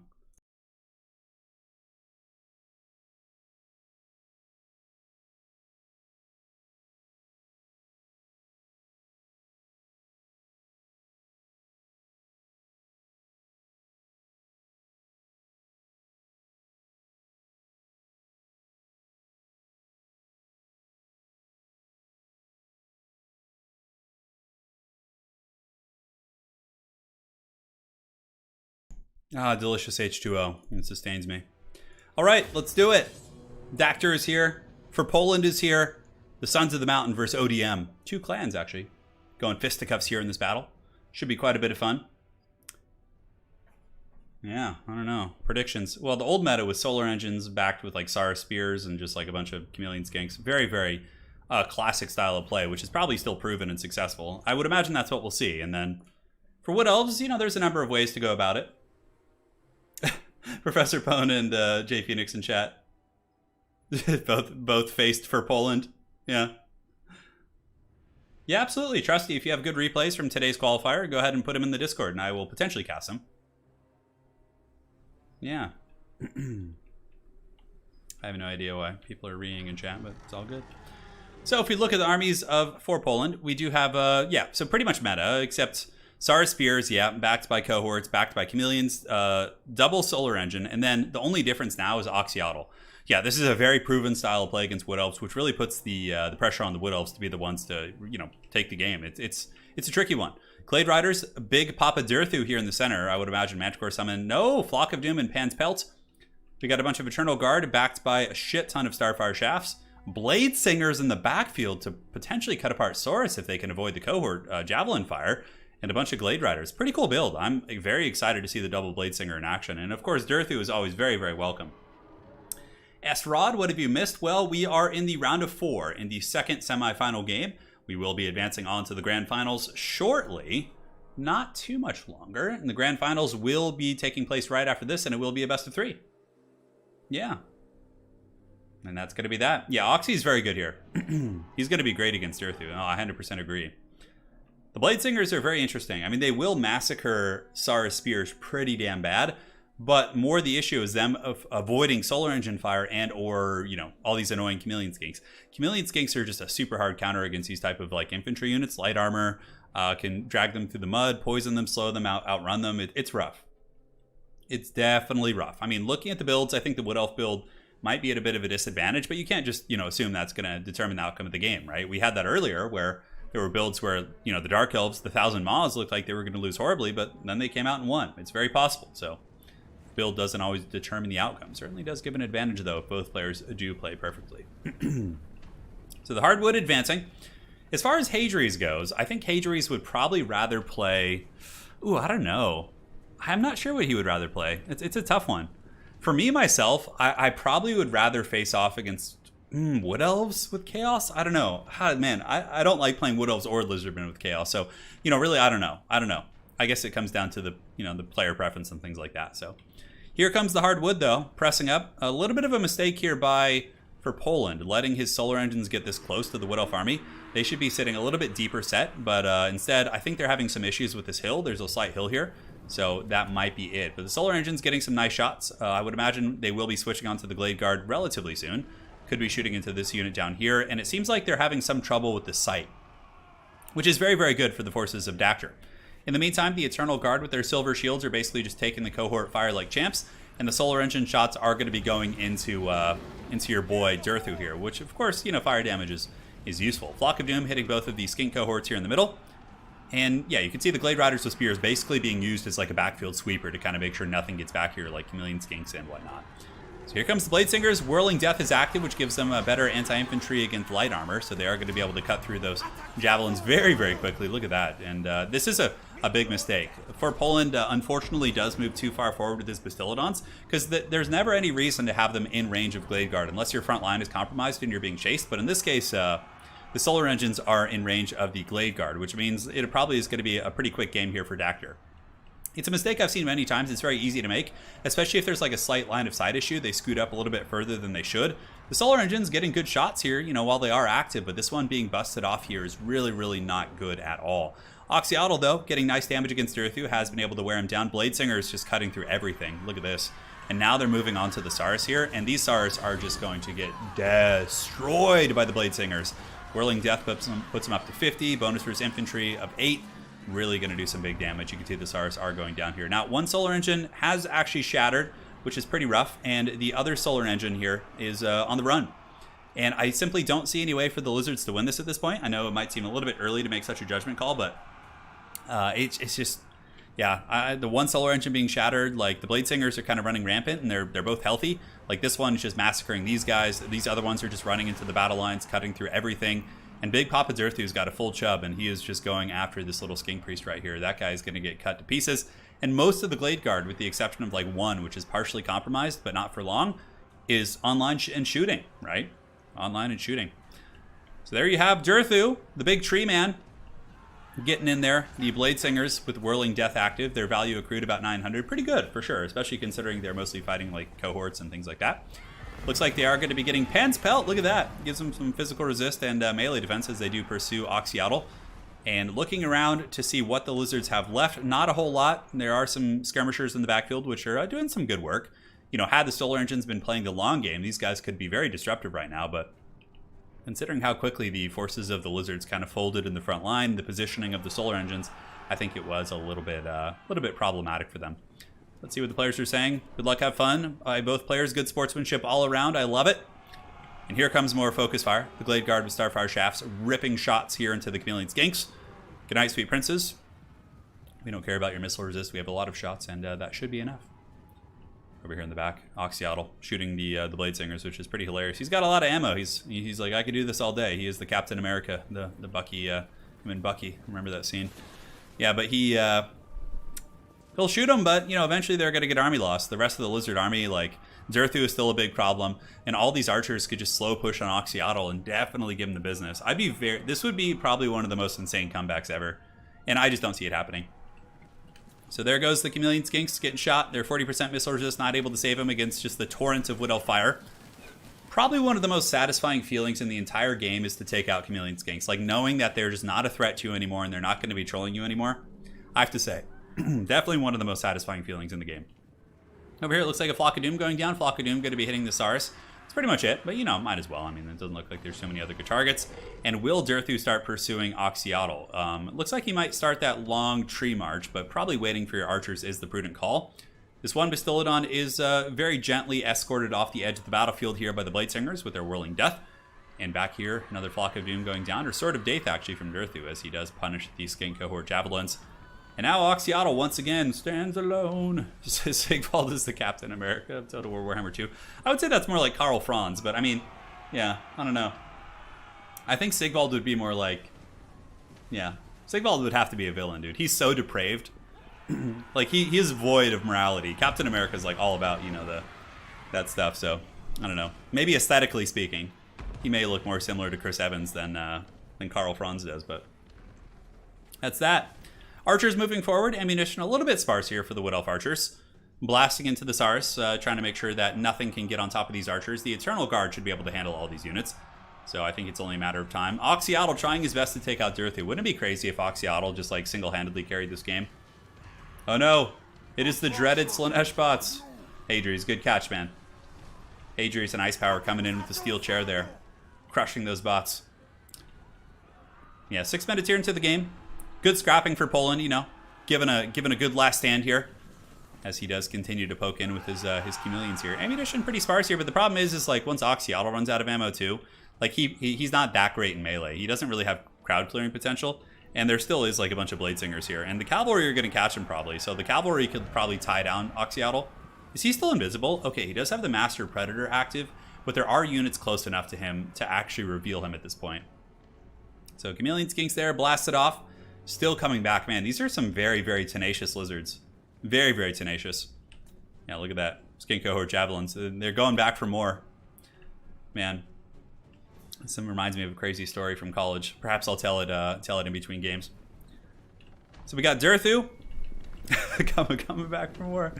Round 2. Oh, man. Okay. Durthu moving in. Going after Oxyotl, but this little skink, even with the Master Predator, which does make him slower, he still has a very, very high base speed. Flock of Doom is active, you know, just trying to get every ounce of damage you can on this guy. The Bladesingers, those are some angry ladies, and now Oxyotl is caught for Poland withdraws, and that is going to be GG, well played. All right. So, there you have it. We have the Wood Elves against Warriors of Chaos in the finals today. Pretty fun. Those Bladesingers, 1100 value, give or take 700. Pretty healthy too, I mean, at that point in the game. The Archer line was obviously very effective. And honestly, I think for Poland's build was good. I think it was a very formidable build. I just think his positioning with his army and his solar engines was very, very off. And in the end, that cost him the game. But nonetheless, for Poland had an amazing run today. He beat some very strong opponents. So, you know, great job, my friend. Looking forward to seeing you in future events. You certainly did your clan and country proud. And now we'll be moving on to the grand finals here, where Hadri's faces off against Dactyr. So Hadri's, just go ahead and join the lobby. Let's go here and update all this goodness. Here we go. This is best of 3. So the grand finals of today's event are best of 3, so it's a little bit different than the rest of the event, which is best of 1. And let's do it, man. I'm hyped for this one. We get Hadri's in here. There we go. And we are all set. Let's load in here. Good. Yeah, it was a scrappy one. It was a very scrappy one. Yeah. You know, the story, though, isn't that funny unless you know the people who are involved, you know? Yeah. It's just, I mean, it wouldn't be that funny to you guys because you wouldn't know the people and, like, their personalities. I could still tell it, though. Yeah. We only had one Bretonnian player today. Yeah, it was absolutely the strangest shit. So well played. Hey, see you later. See you later, man. So Hadri's, the lobby is now open. It's more of like an inside joke thing. All right, where is this? I'm looking for Hadri's, but he'll find his way. He will find his way. All right, so for the first map, I think Norden is a pretty shite map. We'll do, we could do Prague for the first one. That one's fine. There we go. Yeah. Yeah, the story wouldn't be that funny because, like, you know, one of the most painful things ever is, like, you know, telling a story or having to listen to a story that you could tell nobody in the group wants to hear. So I don't want to, like, put you guys through that. Really replace the names with Homer and Peter Griffin? Oh my god. Well, okay, it wasn't even a party day. Here, so we'll break it down. Well, the players pick their army. So basically, in college, I lived in Santa Barbara. My friend Paul and I had yeah, he's my oldest and best friend, Paul. We had an apartment together, and I was 19 at the time. We were both 19 years old, yeah. And we had a friend named Robert and another friend named Evan, both of whom, like, hated each other. Like, it was like this really, like, they did not like each other, and they would always bicker because Robert was a very just, you know, he would push Evan's buttons and try and, you know, piss him off. I don't know. It was the strangest thing. Like, all through, like, my teenage years, I would always have them both over, and we would always be playing games like Halo or Madden, and it would somehow always devolve into, like, some stupid haggard, like, wrestling match where, like, Evan would just beat the shit out of Robert, like, every time. But Robert, it reminded me because of the Captain America thing. You know, Robert would always come back for more. Like, even after getting his ass kicked by Evan, he would, like, crawl back on the floor, like, bruised and beaten, and just come back for round two, just like the scrappiest shit. No, there's not even alcohol. Well, there is some alcohol involved, but not on my part in the story. So anyways, we're in our apartment, and we had Evan over, okay? So Evan was in my room of the apartment. He was playing World of Warcraft. He was just kind of hanging out, playing World of Warcraft on my computer. I was laying in the bed, just kind of hanging out and chilling. And Robert comes in, and Robert was really used to drink a lot and party. So Robert appears out of nowhere at like 3 p.m. in the, like, maybe like 2 p.m. early in the day, drunk off his ass with a handle of vodka in one hand. He creeps up behind Evan, who's playing World of Warcraft, and full on pimp slaps him in the, like, side of the head, right? Like, just out of nowhere, just drunk. And Evan's glasses flew against the wall and broke, right? And Evan is like a 220-pound, like, muscular beast, and Robert's like this skinny, like, Irish kid, right? So then Robert books it up the street running and laughing, and Evan is, like, chasing Robert up the street, like, in his underwear, like, basically in, like, short shorts, just with, like, a t-shirt, like, I'm gonna kill you! I'm gonna kill you. So basically Evan chases him for a couple blocks, but Robert was all, like, skinny and, you know, Irish and wiry, and he was able to get away. So anyways, long story short, Evan comes back to the apartment because he was staying with us, and he was like, I swear, if Robert comes back tonight, I'm gonna kill him. so at we hang out the rest of the day, and then 3 a.m. comes around, and like, my roommate Paul and I are asleep, and Evan's in the living room playing Xbox. And we hear this, like, rapping on the door, this quiet knocking on the door, right? And Robert had come back from partying, God knows where. He has no shoes. His shirt is ripped. He was partying somewhere in Santa Barbara, and he's like, let me in. I need a place to sleep. So we heard this from our room, but then Evan is waiting at the door to answer. So Evan literally drags Robert into the house and like beats him down for like a good 15 minutes, like sitting on top of him, like gorilla pounding him. And Paul and I are just watching, like, oh my God, this is just, we were laughing, to be completely honest, because we knew it was coming, and he kind of deserved it. But Robert gets his butt kicked for, like, you know, a good 15 minutes. And then Evan goes back to sitting on the thing because he had, you know, unleashed his rage, and he had, you know, let it out, and Robert and him were kind of cool or whatever. And then Robert, of course, still drunk, literally jumps on Evan's back after getting his ass kicked for like 20 minutes, and, you know, then proceeds to get his ass kicked for another 20 minutes. So that's kind of the long story short. And, like, Paul and I had, like, track practice in the morning. Crazy shit. Hopefully you guys enjoyed it. Was that even worth telling, though? Like, you guys, it's funnier if you know their history and the people. Yeah. No, Evan wasn't, like, hitting him in the face. He was just, like, body blowing him, and, you know, but he definitely deserved that. Yeah. The dreaded Irishman. Yeah. But, you know, they had the weirdest relationship because they would, like, hang out, but then, like, they would always end up going fisticuffs. They never hit each other in the face. It was always more like, you know, other things like that. Yeah. It was some wild shit. Yeah, Robert really was like a honey badger. All right, guys, I'm sorry. We're in the grand finals of this tournament. Jesus, this is exactly what I didn't want. All right, we got a little bit of lag here. So for Dactor's army, we have triple Deepwood Scout. Interesting thing about the Deepwood Scouts is that they can potentially put some big DPS on lightly armored units like Chaos Marauders and or Marauder Horsemen. Aside from that, we do have a bunch of spears, a couple Blade Singers in the background, and a couple Glade Riders. So yeah, the Lord is going to be Dryka, actually. Interesting. Dryka gives you some pretty good stopping power against infantry swarms. I really do like the inclusion of Dryka. Maybe they love each other? You know, that could be that could be a thing. Yeah, that could be a thing.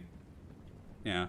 No, Robert came at him like 3 or 4 times that night, and like he was just like literally like blackout drunk, and Evan was completely sober, just like begging him to stop, but then Robert just kept attacking. It was just like, yeah, crazy shit.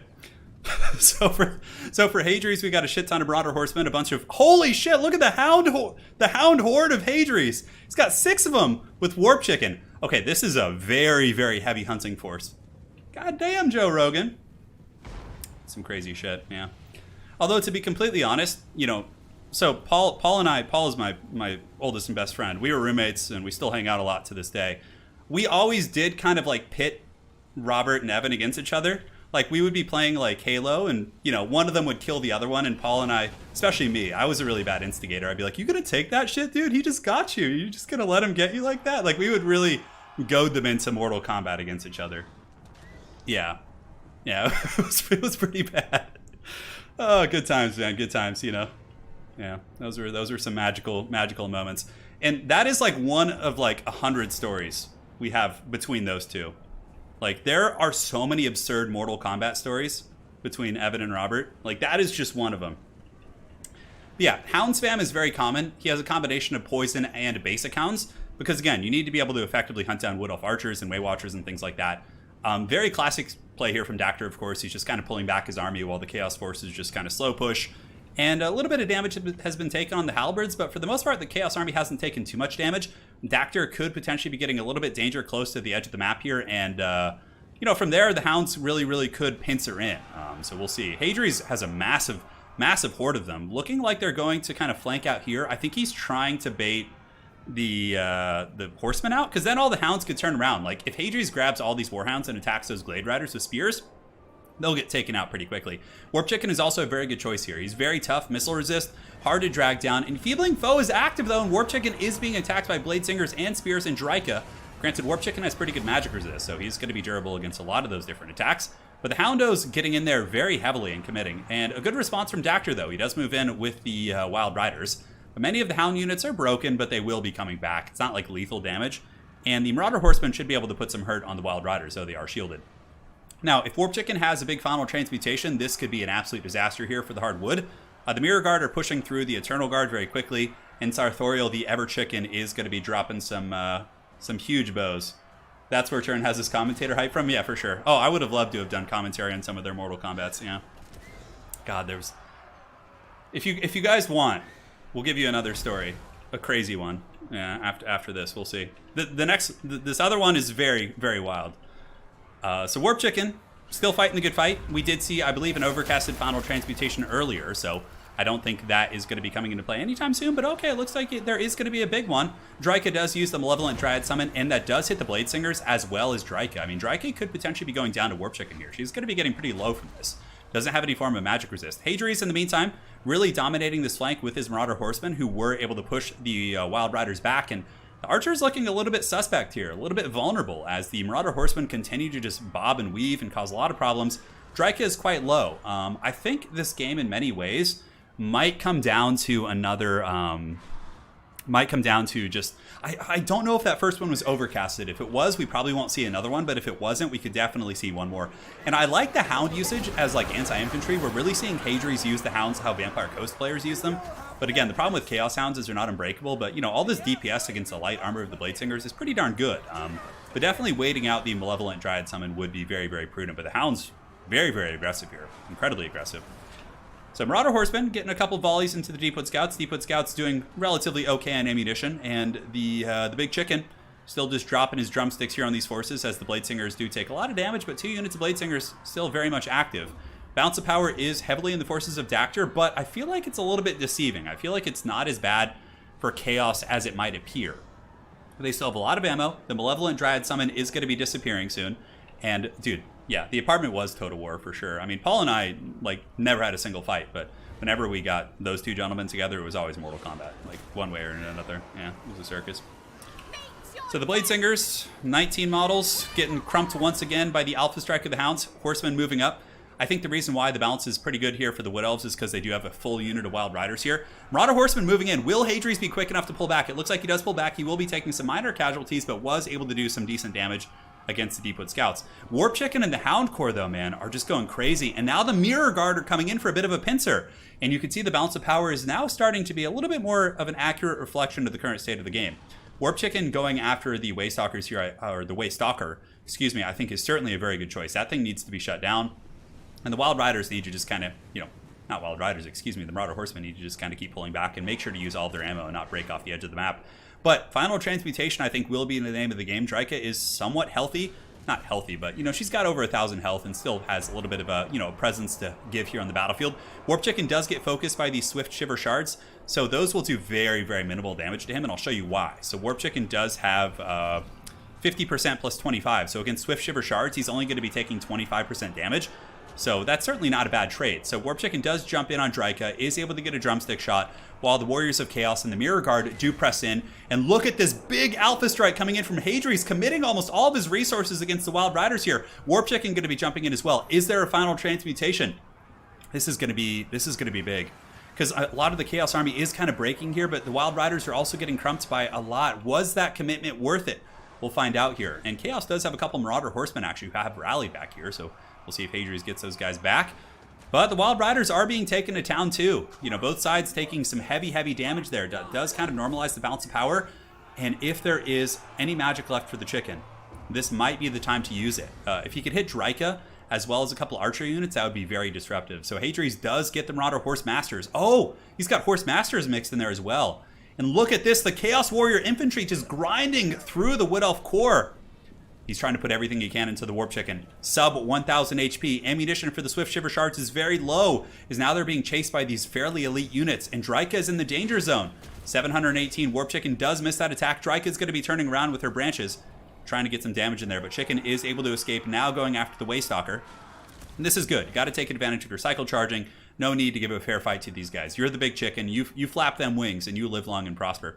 So a couple Hound units do isolate these Deepwood Scouts. They should be paying the price here. This game is incredibly close. Warp Chicken's at 409. He's very, very low, but he gets the hit on Dryka. Dryka takes a lot of damage, but so too does the Bird. The Bird got hit by the Waystalker. He's got 32 HP. Is he going to be able to get away? And what is the Winds of Magic situation? 12 HP on the Bird. The Bird is moving in. Oh my god, and the Bird gets Last Samurai'd by a couple of those Deepwood Scouts. Holy shit. Such a close scrap. Man, maybe if the Bird had been over here trying to take them out instead of like tussling with those characters, but even still, I think the Wood Elves just barely edged that one out, man. Just barely edged that one out. That was a very, very, very close game here. So the Mirror Guard and the Chaos Warriors moving in. GG, well played. Yeah, Sarthorial is no Sigvald. That's true. But Sarthorial was good this game. Man. You're the big chicken.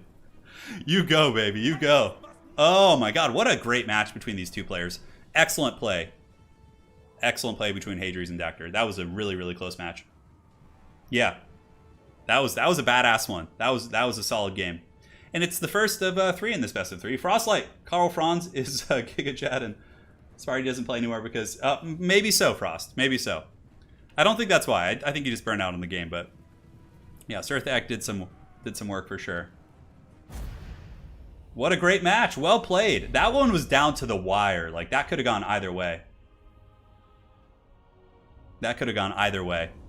All right, so that is one in the series. So that was a fairly sizable map. So now we're going to do one that's a little bit smaller. We'll do the Pillar of Bone. So the Pillar of Bone is set. And then for the last one, we will do a large map if it goes to game 3. But if Dactyr wins, then that'll be it. So I usually, in best of 3s, do a small, medium, and large map. Or medium, small, large, you know, et cetera, et cetera. So all factions can have some, you know, viability and things like that. All right, so Dactyr goes up 1 here. In this best of 3.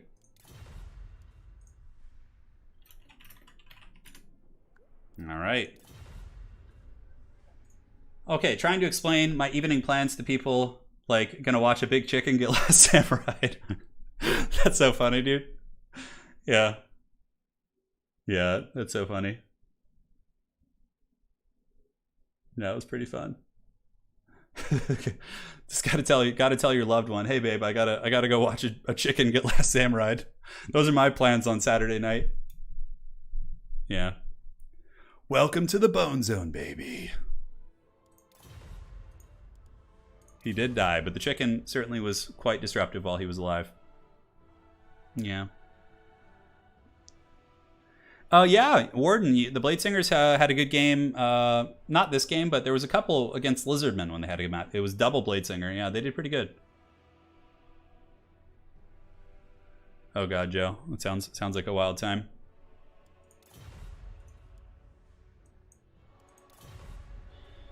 Let's see what happens. Yeah, Bannerlord is fun. I had a lot of fun playing Bannerlord. I kind of like, once I beat the campaign once, though, like I played probably 3 or 4 campaigns on my own and just beat it, and then like at that point I felt like I had like mastered the game. So typically why I like multiplayer games is because it takes like, you almost never master it to an extent, like to pure perfections, and there's a lot of replayability, right? So then like multiplayer in Bannerlord's fun and all, but there's not like a really cool competitive scene, at least to my knowledge. There might be, but I'm, obviously not privy to it, and it wasn't enough to lure me in. I prefer more macro battles, like controlling armies and things like that, as opposed to like first-person competitive. Yeah. Yeah, Alfredino did play today. He played in today's qualifier with Vampire Coast. He did not make it to the final, to the top 8, but he did qualify with Vampire Coast. He was the furthest Vampire Coast player. Anticity was not able to play today because he had some family stuff going on or some social stuff. So he blessed Alfredino with his Vampire Coast, and Alfredino still did qualify with Vampire Coast. So we'll be seeing him in the faction war in September. So Wesley, thank you for the fiber. Thanks for the stream, Turin. I can't catch it now, but I will later when painting my Blood Bowl lizards. Thanks for the hours of entertainment. Hey, I got you. I got you. Yeah, but my whole philosophy has always been like, have you guys ever read the short story The Most Dangerous Game? I think is what it's called. I can't remember, but it's like, like for me, campaign is cool, but it's not the most dangerous game. It's you can get to a point when you play campaign where, you just like know it in and out, right? You know all the nuances of the computer. It's predictable. It's going to do the same shit every time.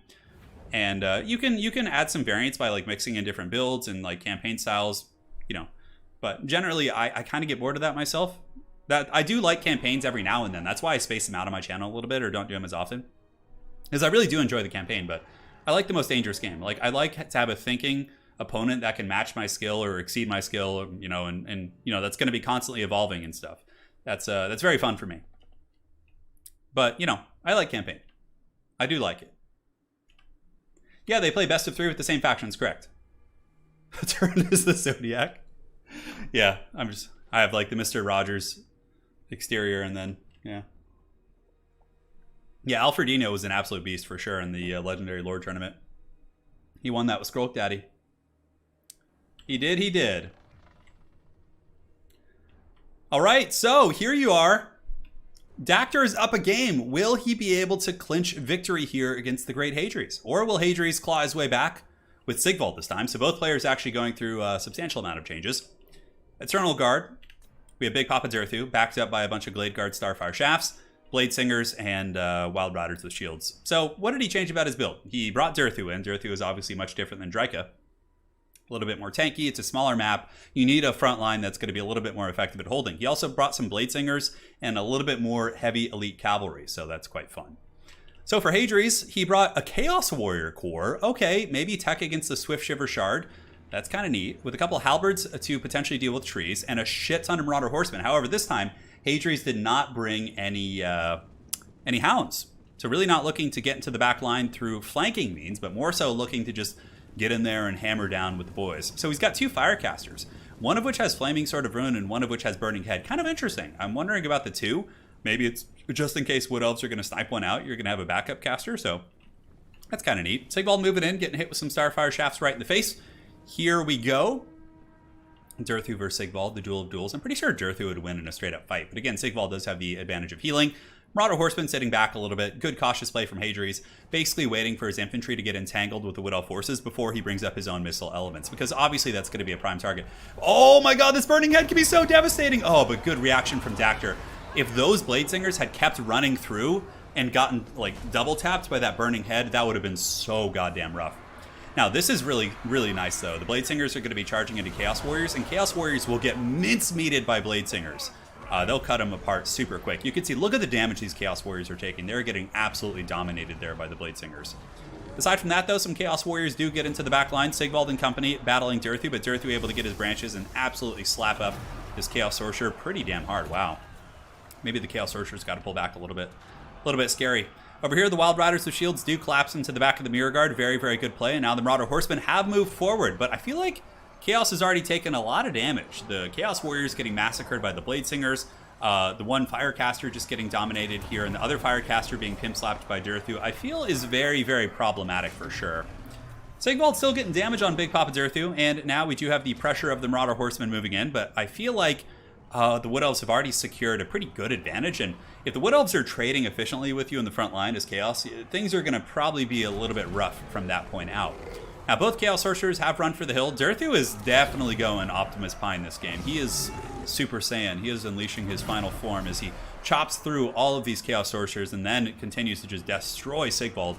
And the Blade Singers with the rear charge coming in, what buff is that going to be? Is that going to be a Flock of Doom or something? Okay, it looks like a Flock of Doom going down.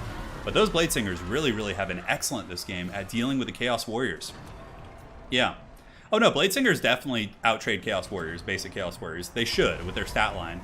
And yeah, Sigvald looks like he's on his way out. It was definitely not as contentious of a game as the last one, but it was pretty cool to see different builds being brought, right, in the same matchup. That's one of the very unique things about Faction Wars as well as this format, is we get to see, quite a bit of build variance in the finals. Because normally it's not like StarCraft. You don't watch a StarCraft Terran and Zerg player battle. I mean, you do watch them battle each other with their same faction over and over. And this is kind of similar in principle. But this has got to be GG at this point. Both Chaos Sorcerers are beat up. The Chaos Warriors have won a couple fights. But Sigvald got absolutely destroyed by Durthu here, especially with the Pan's Pelt. And the Blade Singers are going to be very useful for punishing Sigvald as well. The Cavalry swarming in to make sure Sigvald can't escape. His HP is holding on. Sigvald is a slippery prey. He's not going to be going quietly into this good night, but nonetheless, he is doing his best. So there it goes. Army losses kicking in. Well played. The wild Durthu pick here doing some work as ODM Dactyr has won today's stream. We will be seeing Hadri's back in the Faction Wars Chaos. He will certainly have some time to come up with some schemes should he face the Wood Elves again. But nonetheless, I think his first game, that build first game, I think would have been good here too. I think the Hounds would have been very useful for compromising a lot of these elements. But yeah, it was good. Very, very strong play. So now we can go on over. Let's check the value on Big Papa Durthu. 3,100 on that bad boy. Wow. Incredibly nice. Blade Singer's got about 900, but they had a lot more to give too, so that's the thing. Sigvald did fine. Burning Head was also good by Hadri's, but in the end, it was not enough. So switching on over to the brackets, we can update it, and that will be won by Dactyr. So Dactyr is going to be today's winner of our tournament. He will not only be qualifying for the Faction War, but he will be winning the $50 cash prize, which he can get either PayPal or Steam. So that is it. Congratulations to today's champion. The might has been tested. And that is it.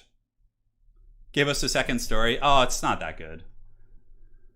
I mean, well, let's save it for the next stream. When I come back to the next stream, I want you to remind me, Vincent. And if you still have enough interest in it at that point, I will tell you. I'll tell you on like a Warcraft 3 stream. I didn't want to interrupt the gameplay, and I kind of did. Dimitri, thank you for the 20. Hey, Hadri's, very well played. A beautiful run today, man. Beautiful run. And congratulations to Dactyr. The big W goes to him. And potentially you guys will be rematching in the Faction Wars. Yes. That is it. So guys, huge thanks to all these donations today from Dimitri, Wesley, the Sad Minotaur, Frostlight, Richard Wirtz, dude, going ape. Thank you, Richard, as always. You're a huge supporter of our family, and I greatly appreciate that. Son of Kieran, Hammond, Matt M, and Ketonis. And iPhone Kyle and Ricardo. Thank you so much. Appreciate you guys. We'll be back soon.